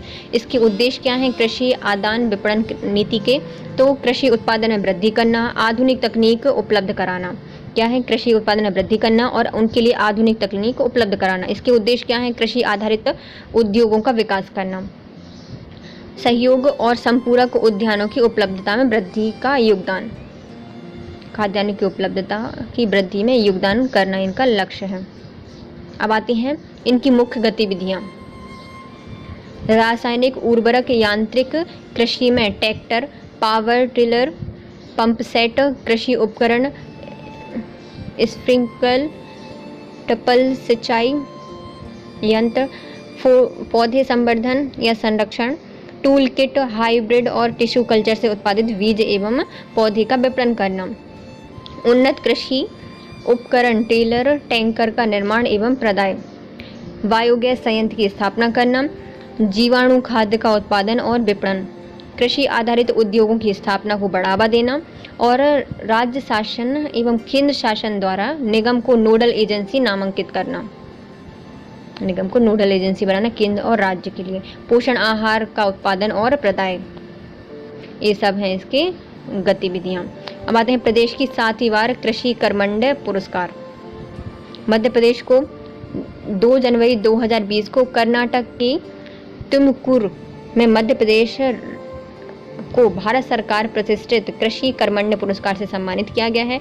यह पुरस्कार की स्थापना वर्ष 2010-11 को की गई थी। मध्य प्रदेश यह पुरस्कार लगातार 7वीं बार प्राप्त कर रहा है। इसको कब मिला है? तो 2 जनवरी 2020 को मिला है कर्नाटक के तुमकुर में, और इसकी स्थापना कब की गई थी? 2010-11 में की गई थी, और मध्य प्रदेश को ये पुरस्कार 7वीं बार मिल रहा है। मध्य प्रदेश में कृषि उपलब्धि 2020। पिछले 4 सालों में मध्य प्रदेश के सकल अनाज उत्पादन में 100% की बढ़ोतरी हुई है। सकल अनाज उत्पादन में कितने प्रतिशत की वृद्धि हुई है? तो 100% की वृद्धि हुई है। गेहूं के साथ साथ धान और दलहन तीनों ने सर्वोत्तम बढ़त प्राप्त की है। धान भी अब इस बार ज़्यादा हुआ है और दलहन भी ज़्यादा हुआ है। लगातार 2 अंकों की कृषि वृद्धि की दर रखने में सफलता रही है। 2 अंकों की इसमें वृद्धि की गई है कृषि में। कृषि पर आधारित कुछ उद्योग, सबसे पहले आता है Bhopal sugar mill. Bhopal sugar mill कहाँ पर है? भोपाल में नहीं है, सीहोर में है। डाबर शुगर मिल कहाँ पर है? तो डबरा में है। डबरा शुगर मिल डबरा में है। जीवाजी राव शुगर मिल, तो Jiwaji sugar company limited Dalod Mandsaur में है। सेठ गोविंददास शुगर मिल कहाँ पर है? तो Govinddas sugar mill Mahidpur road पर स्थित है। जावरा शुगर मिल कहाँ पर है? तो जावरा शुगर मिल है और सारंगपुर, बरलाई और आलोट, ये सब चीनी उद्योग कारखाने हैं। कौन कौन से? जावरा शुगर मिल, सारंगपुर, बरलाई और आलोट में चीनी कारखाने स्थापित किए गए हैं। वनस्पति घी के कारखाने गंजवासौदा, मतलब जो वनस्पति घी के जो कारखाने लगाए गए हैं वो कहाँ पर है? तो मध्य प्रदेश में पहले सबसे ज़्यादा गर्मी कहाँ पड़ती थी? गंजवासौदा में, तो वहाँ पर वनस्पति घी बनाया जाता है। जबलपुर में, खंडवा में, देवास में और इंदौर में 5 जगह बनाए जाते हैं। गंजवासौदा, जबलपुर, खंडवा, ग्वालियर और इंदौर में। कृषि आधारित अन्य उद्योग कौन कौन से हैं? ये तो शुगर मिल के हो गए। तो सबसे पहले आती है कौन सी? भोपाल शुगर मिल जो कि सीहोर में है। डबरा जो कि डबरा में है। जीवाजी राव शुगर मिल ये कहाँ पे है? मंदसौर में है। सेठ गोविंददास शुगर मिल ये महिदपुर रोड पर है। और जावरा, सारंगपुर, बरलाई, आलोट ये सब चीनी कारखाने हैं। और वनस्पति घी के कारखाने कहाँ पे लगाए गए हैं? मध्य प्रदेश में 5 जगह लगाए गए हैं, जो कि है पहला है गंजवासौदा, खंडवा, जबलपुर, ग्वालियर और इंदौर में। अब आता है कृषि आधारित अन्य उद्योग। तो सबसे पहले आता है जूट उद्योग। ये सतना, अमलाई, अनूपपुर में से 2 जगह पर है। अपन क्या करते हैं? जूट कैसे बनाते हैं? तो सतना और अमलाई में, अनूपपुर में। चावल मिलें कहाँ पे है? तो चावल की मिलें हैं इंदौर में, भोपाल में, जबलपुर और रीवा में। दाल की मिल है इंदौर, उज्जैन, भोपाल, सागर। स्ट्रॉ बोर्ड लगाया गया है शाहजहाँपुर में, और ऑयल मिलें लगाई गई हैं मुरैना, सरसों की है। ऑयल मिल कहाँ पे है? मुरैना, सरसों की। स्ट्रॉ शाहजहाँपुर में। दाल की कहाँ पे है? देखो, इंदौर तो दाल और चावल के लिए, दोनों के लिए मिल लगाता है, तो दाल चावल अपन खाते हैं, तो ये कहाँ पे है? इंदौर में है। भोपाल में भी लगाई गई हैं दाल और चावल की मिलें। अब लेकिन यहाँ पे 2 ज़िले अलग हैं, जो कि उज्जैन और सागर। उज्जैन और सागर में होती हैं दालें, और चावल कहाँ पे होते हैं? जबलपुर और रीवा में। मध्य प्रदेश में कृषि आधारित संयंत्र, जो कृषि के लिए जो संयंत्र बनाती है, उनके कारखाने कहाँ पे लगाए गए हैं? तो सबसे फेमस कारखाना है कीटनाशक कारखाना, जो कि कहाँ पे है? बीना में है। जीवाणु खाद्य संयंत्र लगाया गया है कहाँ पर? भोपाल में। डेयरी फार्म ये है बबई, होशंगाबाद में। फल संवर्धन इकाई लगाई गई है भोपाल में, फल संवर्धन करके उनकी, या फिर जैम जूस जो भी वगैरह बना के उनको बेचते हैं, कहाँ पर? तो मध्य प्रदेश की राजधानी भोपाल में। पोषण आहार संयंत्र, तो पोषण आहार संयंत्र लगाया गया है धार में, क्योंकि अपन पोषण करेंगे तो अच्छा आहार करेंगे, अच्छा पोषण मिलेगा, तो अपन बिल्कुल धार जैसी अपनी बुद्धि दौड़ेगी, तो धार इसमें लगाया गया है। दानेदार मिश्रित खाद्य कहाँ पे लगाया गया है? तो ये होशंगाबाद में लगाया गया है। और तेल और पशु आहार लगाए गए हैं मुरैना में, क्योंकि देखिए मुरैना में भी बस सरसों का देखा था, तेल का कारखाना कहाँ पे लगाया गया था? मुरैना में लगाया गया था सरसों का। तो वहाँ पे बनती है खली को खाते हैं, जिसमें दालों में होता क्या है? प्रोटीन होता है और ऑयल होता है। तो जब उनसे ऑयल निकाल लिया जाता है तो बचेगा क्या? उसमें प्रोटीन बचेगा। तो प्रोटीन किसके लिए? जानवरों के लिए अच्छा होता है, या हर किसी के लिए अच्छा होता है, तो जानवरों के लिए क्या करेंगे? मुरैना में ही उनका एक संयंत्र लगा दिया, पशु आहार संयंत्र मुरैना में। इनको फिर से पढ़ लेते हैं। कीटनाशक संयंत्र बीना में है। जीवाणु खाद्य संयंत्र भोपाल में है। डेयरी फार्म कहाँ पर है? बाबई, होशंगाबाद में है। फल संवर्धन केंद्र कहाँ पे है? तो फल का संवर्धन कर रहे हैं अपन भोपाल में। आहार संयंत्र, पोषण आहार संयंत्र लगा रहे हैं धार में। दानेदार मिश्रित खाद्य, दानेदार जो मिश्रित खाद्य है वो होशंगाबाद में लगाया जा रहा है। और तेल और पशु आहार संयंत्र मध्य प्रदेश के मुरैना में स्थापित किया गया है। अब आती हैं मध्य प्रदेश की कुछ प्रमुख संस्थान जो कि कृषि से संबंधित हैं और उनके अनुसंधान। देखिए, केंद्रीय आलू अनुसंधान केंद्र ग्वालियर में है। मध्य प्रदेश कपास अनुसंधान केंद्र खरगोन में है। मध्य प्रदेश में मूंगफली अनुसंधान खरगोन। धान अनुसंधान केंद्र बड़वानी। अंगूर अनुसंधान केंद्र रतलाम। मध्य प्रदेश में सोयाबीन अनुसंधान केंद्र उज्जैन में। मध्य प्रदेश में राष्ट्रीय सोयाबीन निर्देशालय कहाँ पर है? तो राष्ट्र का निर्देशालय है इंदौर में, लेकिन मध्य प्रदेश सोयाबीन अनुसंधान कहाँ पे है? तो उज्जैन में। सोयाबीन वायदा बाजार इंदौर में स्थापित किया गया है। एग्रो लॉजिस्टिक पार्क, तो ये है एग्रो लॉजिस्टिक पार्क है अशोकनगर में। मध्य प्रदेश का पहला मसाला पार्क छिंदवाड़ा में। मध्य प्रदेश में पहला तितली पार्क रायसेन में। दूसरा तितली पार्क इंदौर में। मध्य प्रदेश का पहला बांस एम्पोरियम ये बनाया गया है नवलखा इंदौर में। रंगीन मछली केंद्र कहाँ पे बनाया गया है? तो ये बनाया गया है खरगोन में। देखिए, इतने जिले पहले, मतलब इतने संस्थान याद कर लेते हैं, फिर आगे बढ़ते हैं। आलू अनुसंधान केंद्र कहाँ पे स्थापित किया गया है? केंद्र का केंद्रीय आलू अनुसंधान केंद्र। जो राष्ट्रीय अनुसंधान मतलब आलू अनुसंधान केंद्र है वो तो अपना शिमला में स्थापित किया गया है, लेकिन जो केंद्रीय आलू अनुसंधान केंद्र है वो बनाया गया है ग्वालियर में। अपन जब गांव जाते हैं तो गांव से आलू आते हैं ना, तो गांव से आलू आते हैं ग्वालियर आलू अनुसंधान केंद्र। कपास कहाँ पे है? तो कपास खरगोश कैसा होता है? सफ़ेद सफ़ेद खरगोश, बिल्कुल कपास के जैसा सफ़ेद सफ़ेद होता है। तो कपास अनुसंधान केंद्र कहाँ पे है? खरगोन में बनाया गया है। खरगोश क्या खाता है? मूंगफली खाता है, तो मूंगफली अनुसंधान केंद्र खरगोन में। धान बड़वानी में बनाया गया है धान अनुसंधान केंद्र। रतलाम अनुसंधान केंद्र मतलब रतलाम में बनाया गया है अंगूर अनुसंधान केंद्र। मध्य प्रदेश में सोयाबीन अनुसंधान केंद्र कहाँ पर है? तो उज्जैन में है। और जो उसका निर्देशालय संस्थान है केंद्रीय सोयाबीन निर्देशालय, वो बनाया गया है इंदौर में। सोयाबीन का वायदा बाजार इंदौर में। एग्रो लॉजिस्टिक पार्क बनाया गया है अशोकनगर में। मसाला पार्क तो ये बनाया गया है कहाँ पर? छिंदवाड़ा में।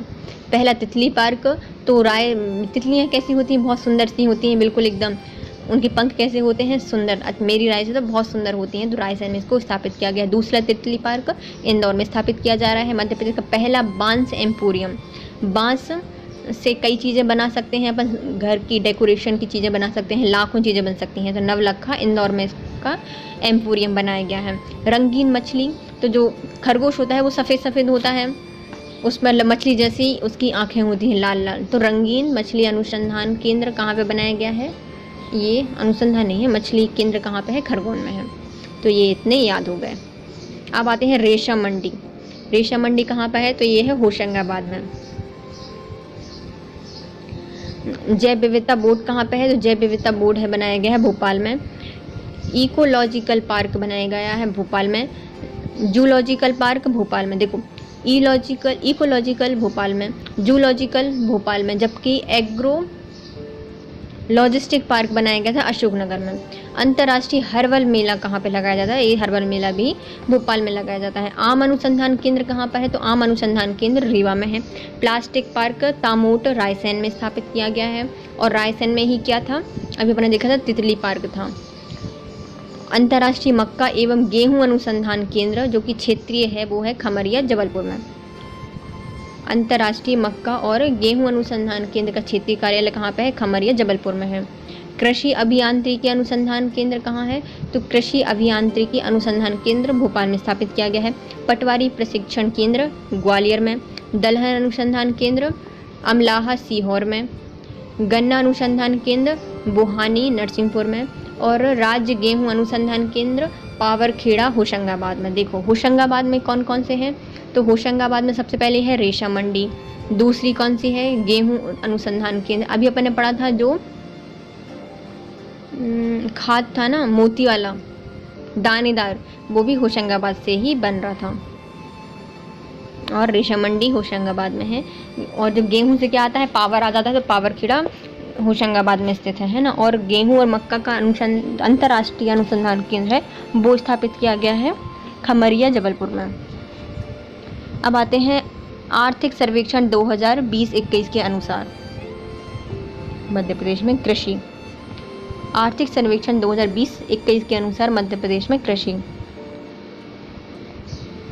मध्य प्रदेश फसलों के क्षेत्रांचल और उत्पादन में वर्ष 2018-19 की अपेक्षा वर्ष 2019-20 में दलहन के क्षेत्रफल और उत्पादन में क्रमशः 25.87 एवं 20.83% की कमी रही है। मतलब अभी इस साल उत्पादन में और क्षेत्रफल में दलहन में कमी आई है, परंतु इसी की अवधि में अनाज और तिलहन के क्षेत्रफल में क्रमशः 25.20 और 12.28% की वृद्धि देखी गई है। ये देखी गई है अनाज और तिलहन में। अनाज 25% से बढ़ गया और जो तिलहन थी वो 12% से बढ़ गई। कुल फसलों के उत्पादन में गत वर्षों की तुलना में वर्ष 2020 मतलब 19-20 में 23.48% की वृद्धि अंकलित की गई है। जो सारी फसलें हैं उनमें कितनी की प्रतिशत की वृद्धि हुई है? तो उनमें सब में 23 की हुई है, और 25% हुई है अपने गेहूं में, 12% की वृद्धि हुई है तिलहन में, जबकि 25% की कमी देखी गई है अपने दलहन के क्षेत्र में, और 20% की कमी देखी गई है दलहन के उत्पादन में, क्योंकि दालों में सबसे पहले थे मध्य प्रदेश में, लेकिन इस वर्ष उनमें कमी आई है। अब आती है दलहन नहीं और खाद्यान्न में देख लेते हैं। ये आती है मध्य प्रदेश के उत्पादन और क्षेत्र के आधार पर मध्य प्रदेश का सर्वेक्षण, ये आता है खाद्यान्न के आधार पर। वर्ष 2018-19 की अपेक्षा वर्ष 2019-20 में धान, मक्का, गेहूं के क्षेत्रफल में क्रमशः 10.60, 21.31 और 32.44% की वृद्धि देखी गई है। किसमें धान हुए हैं? देखो अपन धन्य हो जाते हैं यदि हमें कोई 10 रुपये से 10 रुपये मंगाए 60 रुपये मिल गए तो क्या हो जाए? धन्य हो जाएंगे ना। तो धान 10.60% की वृद्धि देखी गई है इसमें। मक्का, तो मक्का कैसा होता है? बड़ा बड़ा सा होता है, गोल गोल, तो 2 होते हैं, फिर मतलब इतने सारे दाने लगे होते हैं एक मक्के की बेस पर, है ना। तो 2 1 तो 21.31% की वृद्धि देखी गई है किसमें? मक्का में। गेहूं कितना है? तो गेहूं 32.44% की वृद्धि देखी गई है गेहूं में। समग्र रूप से कुल खाद्यान्न के क्षेत्र में 7.37% की वृद्धि हुई है। खाद्यान्नों में कितनी प्रतिशत की वृद्धि होती है? तो 7.39% की वृद्धि हो गई। अपन खाद्यान्न खाएंगे, अच्छा खाना खाएंगे तो अपन क्या हो जाएंगे? स्वस्थ हो जाएंगे। तो 7% की वृद्धि देखी गई है। इस अवधि में खाद्यान्न फसलों के उत्पादन में गत वर्षों में 32% की वृद्धि हुई है। क्षेत्रफल मतलब क्षेत्र में लगाया गया है 7% और जो उसकी वृद्धि उत्पादन देखा गया है वो 32.33% है, जो कि अपने गेहूं का भी क्षेत्र था। गेहूं भी हो रहा था ना, 32.44% की वृद्धि हो रही थी। अब आती है मध्य प्रदेश में दलहन। कुछ दलहनी फसलों का क्षेत्रफल और उत्पादन में वर्ष 2018-19 में -25.87 की अपेक्षा वर्ष 2019-20 में -20.83 अंततः 5.04 की वृद्धि प्राप्त की गई है। पहले कितना होता था अपने यहाँ पर दलहन, तो दलहन होती थी 25% के हिसाब से -25, लेकिन इस बार कितनी हुई है -20% हुई है। और इसमें वृद्धि कितनी की गई है, तो वृद्धि हुई है 5% की। अब आती है मध्य प्रदेश में वाणिज्य फसलें। मध्य प्रदेश की प्रमुख वाणिज्यिक फसलों में कपास और गन्ना आते हैं। वर्ष 2019-20 में गन्ना के क्षेत्रफल और उत्पादन में वृद्धि की गई है। इसमें क्या हुआ, जो गन्ना है और कपास दोनों के उत्पादन में और क्षेत्रफल में वृद्धि की गई है। और जो कपास है उसमें क्षेत्र में तो वृद्धि की गई थी, लेकिन उत्पादन में कमी आई है। क्षेत्र बढ़ाया गया था लेकिन उत्पादन में कमी आई है। अब आती है तिलहन फसलें। तिलहन फसलों के अंतर्गत कल तिलहनी फसलों में क्षेत्रफल में 12% की वृद्धि परिलक्षित की गई थी। 2018-19 में कुल तिलहनी फसलों का क्षेत्र 6,654 हेक्टेयर, जो वर्ष 2019-20 से बढ़कर 7,471 हेक्टेयर हो गया है। मतलब किसमें, इसमें वृद्धि देखी गई है क्षेत्र में तिलहन के लिए।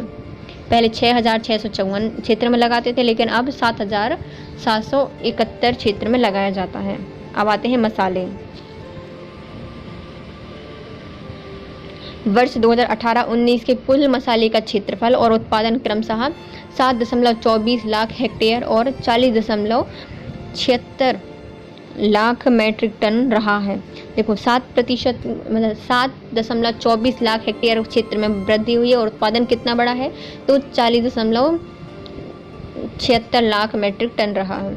वर्ष 2019-20 में कुल मसाले का क्षेत्रफल 7.56 लाख था हेक्टेयर और उत्पादन कितना था, तो 42.57 लाख मीट्रिक टन था। मसाले ओवरऑल वृद्धि हुई है।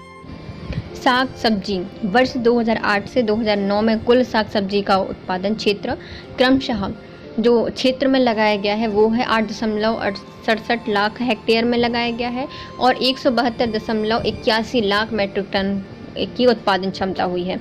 वर्ष 2019-20 में अनुमानित साग सब्जी का क्षेत्रफल है 9.60 लाख हेक्टेयर और उत्पादन है 129.43 लाख मीट्रिक टन का उत्पादन रहा है।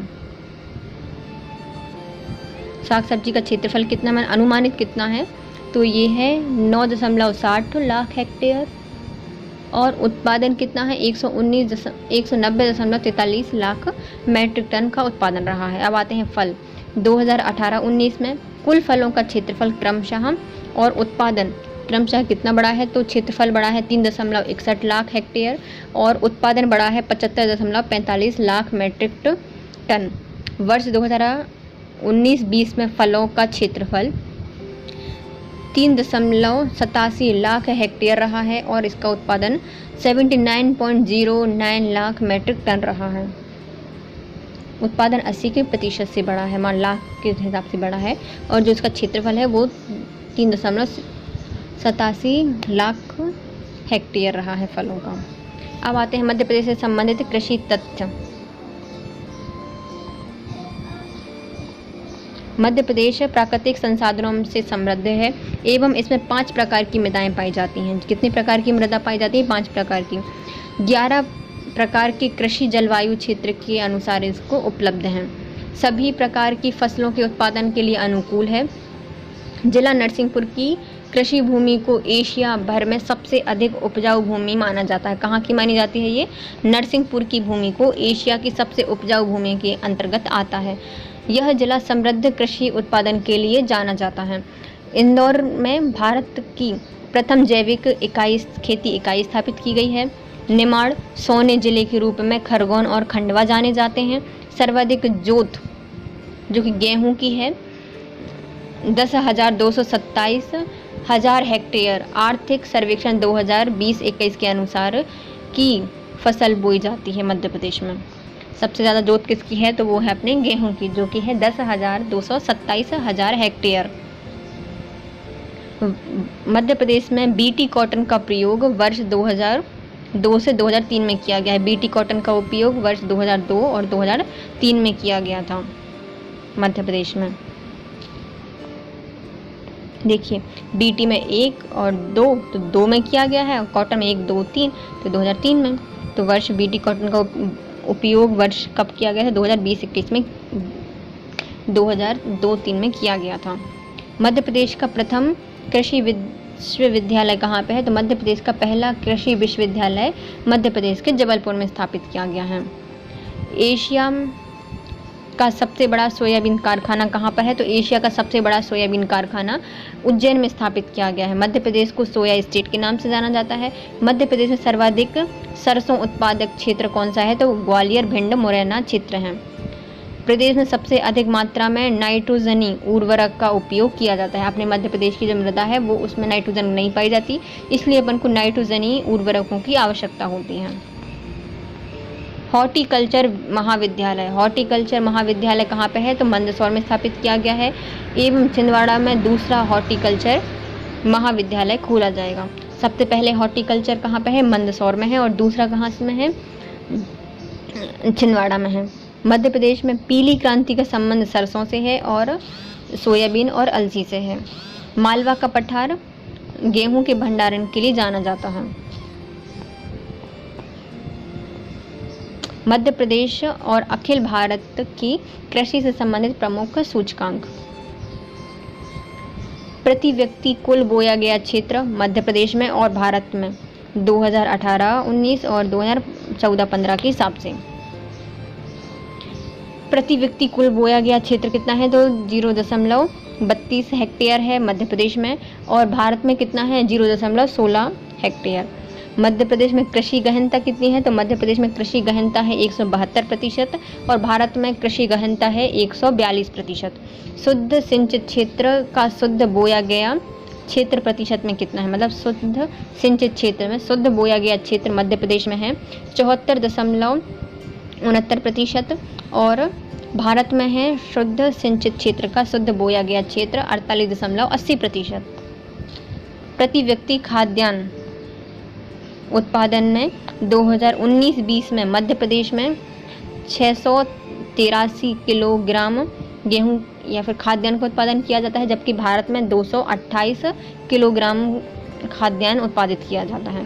प्रति हेक्टेयर कुल बोया गया क्षेत्रफल में उर्वरक का उपयोग, कितना उर्वरक उपयोग किया जाता है तो मध्य प्रदेश में 87.46 किलोग्राम और भारत में देखा जाए तो 123.41 किलोग्राम का उपयोग किया जाता है उर्वरक में। मध्य प्रदेश के लिए योजनाएं किसान के लिए जो चल रही हैं, किसान के हित के लिए कई योजनाएं चलाई जाती हैं मध्य प्रदेश में। इन योजनाओं का क्रियान्वयन विभिन्न विभागों द्वारा किया जाता है। किसान भाइयों के लिए यह कृषि और कल्याण विभाग मध्य प्रदेश सरकार, पशुपालन विभाग मध्य प्रदेश सरकार और उद्यानिकी एवं खाद्य प्रसंस्करण विभाग मध्य प्रदेश सरकार के द्वारा संचालित किए जाते हैं। इस जो कार्यक्रम है वो किसके द्वारा संचालित किए जाते हैं तो कृषि एवं कल्याण विभाग द्वारा, पशुपालन विभाग और मध्य प्रदेश सरकार द्वारा, उद्यानिकी एवं खाद्य प्रसंस्करण विभाग और मध्य प्रदेश सरकार द्वारा इसको स्थापित किया जाता है। सबसे पहले आते हैं national mission for sustainable agriculture. National mission for sustainable agriculture NMSA Bharat सरकार कृषि एवं सहकारिता विभाग द्वारा national mission for sustainable agriculture वर्ष 2014-15 में क्रियान्वित की जा रही है। इसमें प्राकृतिक संसाधनों में भूमि जल को संरक्षित कर उनका समुचित उपयोग करना, वर्षा आश्रित क्षेत्रों में अधिक उत्पादन लेना, nutrient management, livelihood farming, civil health management आदि का समावेश किया गया है। मिशन का मुख्य उद्देश्य कृषि उत्पादन में वृद्धि, समन्वित मिश्रित खेती को उचित बढ़ाना, साथ साथ प्रभावी जल प्रबंधन के माध्यम से अधिक लक्ष्य की प्राप्ति करना है। इसका मुख्य उद्देश्य क्या है? कृषि उत्पादन में वृद्धि करना, जो मिश्रित खेती है उसको बढ़ावा देना, साथ साथ जल प्रबंधन के माध्यम से उचित लक्ष्य को प्राप्त करना। मध्य प्रदेश में जैविक खेती विकास कार्यक्रम। मध्य प्रदेश में देश में जैविक खेती की कुल रकबे का लगभग 40% मध्य प्रदेश में है। उत्पादन और क्षेत्रफल की दृष्टि से पूरे देश में पहले स्थान पर है, जो कि जैविक खेती में उत्पादन और क्षेत्रफल के आधार पर मध्य प्रदेश का पहला स्थान है और पूरे भारत में 40% भाग मध्य प्रदेश में है। वर्ष 2011 में प्रदेश की अपनी जैविक कृषि नीति बनाई गई थी। कब बनाई गई थी? 2011 में बनाई गई थी मध्य प्रदेश की जैविक कृषि नीति। जैविक खेती विकास के संबंध में निर्णय लेने के लिए जैविक खेती विकास परिषद का गठन प्रदेश के मुख्यमंत्री की अध्यक्षता में किया गया। किसानों को जैविक खेती पद्धति अपनाने के लिए कई सुविधाएं प्रदेश द्वारा दी जाती हैं। उत्पादों को लाभकारी विपणन के लिए जैविक उत्पाद प्रमाणीकरण की व्यवस्था है। इनमें पंजीकरण कराने के लिए निर्धारित शुल्क में राज्य सरकार द्वारा छूट और अनुदान दिए गए हैं। जैविक उत्पादों के प्रमाणीकरण करा सकते हैं। ये क्या है? अपनी national mission for sustainable agriculture. इसको वर्ष 2014-15 में स्टार्ट किया गया था।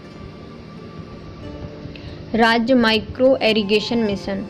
उपलब्ध सिंचाई जल का अधिकतम उपयोग कर कृषि उत्पादन में वृद्धि करना इस योजना का मुख्य उद्देश्य है। योजना का लाभ किसे मिलेगा? तो समस्त वर्ग के कृषक जिनके पास स्वयं की खेती हो इस योजना का लाभ उठा सकते हैं। कौन सी योजना है? राज्य माइक्रो इरिगेशन मिशन। सिंचाई किससे संबंधित है? राष्ट्रीय तिलहन एवं ऑयल पाम मिशन। योजना का उद्देश्य क्या है? प्रदेश में तिलहनी फसलों का उत्पादन और उत्पादकता में वृद्धि करना। यह राष्ट्रीय तिलहन और ऑयल पाम मिशन का लक्ष्य। सूरजधारा मिशन। यह योजना भी संपूर्ण मध्य प्रदेश में प्रचलित है। इसका उद्देश्य अनुसूचित जाति, अनुसूचित जनजाति के लघु एवं सीमांत कृषकों को अलाभकारी फसल किस्मों के स्थान पर लाभकारी तिलहनी फसलों के उन्नत एवं विपुल उत्पादन हेतु किस्मों के बीज उपलब्ध कराना है। ये क्या है? सूरजधारा योजना का लक्ष्य। सीमांत किसान है, लघु किसान है, उनको अलाभकारी फसल और किस्मों के स्थान पर जो ज़्यादा लाभ नहीं देती और अच्छी किस्में नहीं है, उनके स्थान पर लाभकारी तिलहनी फसलों के उन्नत बीज को प्रोवाइड कराना क्या है? सूरजधारा योजना का मिशन। आत्मा योजना। इसका विस्तार सुधार कार्यक्रम को सब mission on agriculture expanse SMAE के रूप में क्रियान्वित किया जाता है। आत्मा को सब मिशन ऑन एग्रीकल्चर एक्सटेंस के रूप में क्रियान्वित किया जाता है। उक्त मिशन नेशनल मिशन ऑन सब मिशन ऑन एग्रीकल्चर एक्सटेंशन एवं टेक्नोलॉजी का सब मिशन है। ये national mission on agriculture extension and technology का एक सब मिशन है, SMAE। मुख्यमंत्री किसान कल्याण योजना। प्रधानमंत्री किसान सम्मान निधि की तर्ज पर मध्य प्रदेश सरकार ने मुख्यमंत्री किसान कल्याण योजना 26 सितंबर 2020 को शुरू की थी। कब की थी? 26 सितंबर 2020 को इसकी शुरुआत की गई थी। इस योजना के अंतर्गत किसानों को 2000 रुपये की किस्त वार्षिक दिए जाएंगे, 4000 रुपये दिए जाएंगे। उन किसानों को PM किसान सम्मान निधि के अंतर्गत सालाना 6000 रुपये का लाभ मिलेगा। इस प्रकार किसानों को कुल 10,000 रुपये प्रति वर्ष किसान सम्मान निधि के तहत मिलेंगे। मुख्यमंत्री श्री शिवराज सिंह चौहान ने 7 मई 2020 को मुख्यमंत्री किसान कल्याण योजना के अंतर्गत 75 लाख किसानों के खाते में 1500 करोड़ रुपए स्थानांतरित किए थे। देखिए ये कब स्टार्ट की गई है मुख्यमंत्री किसान कल्याण योजना, तो ये की गई है 26 सितंबर 2020 को। सॉइल हेल्थ कार्ड योजना, सॉइल हेल्थ कार्ड योजना के अंतर्गत कृषकों मलबे एवं प्रयोगशाला में मृदा विश्लेषक प्रशिक्षण किए जाएंगे। इसका प्रावधान किया गया, जो मृदा है उसके लिए हेल्थ जानने के लिए इसको स्टार्ट किया गया है। इसमें वर्तमान में 50 विभागीय और 28 कृषि विश्वविद्यालय द्वारा प्रशिक्षण प्रयोगशालाएं संचालित की जाती हैं। देखिए कितने विभाग हैं इसके, 50 विभागीय हैं और 28 कृषि विश्वविद्यालय स्थापित की गई प्रयोगशाला। इनके माध्यम से कृषकों के नमूनों का मिट्टी परीक्षण कराया जाएगा। सॉइल हेल्थ कार्ड उपलब्ध कराया जा रहा है। कृषक को विकास खंड स्तर पर मृदा परीक्षण की सुविधा उपलब्ध कराई जाएगी और 265 नवीन मिट्टी परीक्षण प्रयोगशालाएं भी स्थापित की जाएंगी। अब आता है एग्री बिजनेस, एग्रीकल्चर से एग्री बिजनेस की ओर अग्रसर कृषि एवं किसान कल्याण मंत्रालय ने नाबार्ड के सहयोग से किसानों को आर्थिक रूप से समृद्ध बनाने के लिए कृषि में आधुनिक तकनीक को अपनाने के लिए एग्री बिजनेस कार्यक्रम की शुरुआत की है। इस योजना का मुख्य उद्देश्य किसानों द्वारा फसल उत्पादन में नवीनतम प्रौद्योगिकी और प्राप्त फसल उत्पादन का मूल संवर्धन करना है। इसके अंतर्गत ग्रामीण सुविधा को कृषि तकनीक और मैनेजमेंट तकनीक के बारे में प्रशिक्षित करने के साथ साथ स्वयं का एग्री बिजनेस सेंटर स्थापित करना है, उन्हें सक्षम बनाना है। इसके तहत कृषि स्टोरों को कृषि के विभिन्न क्षेत्र जैसे बागवानी, रेशम, डेयरी उद्योग, पशुपालन, मधुमक्खी पालन, मत्स्य पालन इत्यादि कृषि संबंधी विषयों पर प्रशिक्षण दिया जाएगा।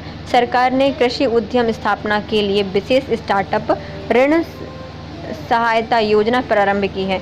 इन केंद्रों के माध्यम से ग्रामीण एवं स्थानीय स्तर पर लाखों युवाओं को रोजगार उपलब्ध कराया जाएगा। उपरोक्त योजना में ग्रामीण युवाओं, महिलाओं, किसानों और पशुपालकों को केंद्र और राज्य सरकार द्वारा सब्सिडी और ऋण सुविधा उपलब्ध कराई जाएगी। किसान भाई अपनी तहसील और जिले में स्थित बैंक और कृषि विभाग के कार्यालय में जाकर इन योजनाओं के बारे में जानकारी प्राप्त कर सकते हैं। एग्री बिजनेस की ओर अग्रसर एग्रीकल्चर। अब आते हैं मध्य प्रदेश में प्रमुख उद्योग। ग्रामीण क्षेत्र में फसलों से प्राप्त उत्पादों के प्रसंस्करण और परिरक्षण से अनेक कृषि आधारित उद्योग का प्रशिक्षण प्राप्त होगा और स्वरोजगार के रूप में अपनाया जाएगा। जैसे मूंगफली की भुनी हुई मूंगफली, या फिर मूंगफली से क्या बनाया जाएगा, भूनकर नमकीन बनाया जाएगा।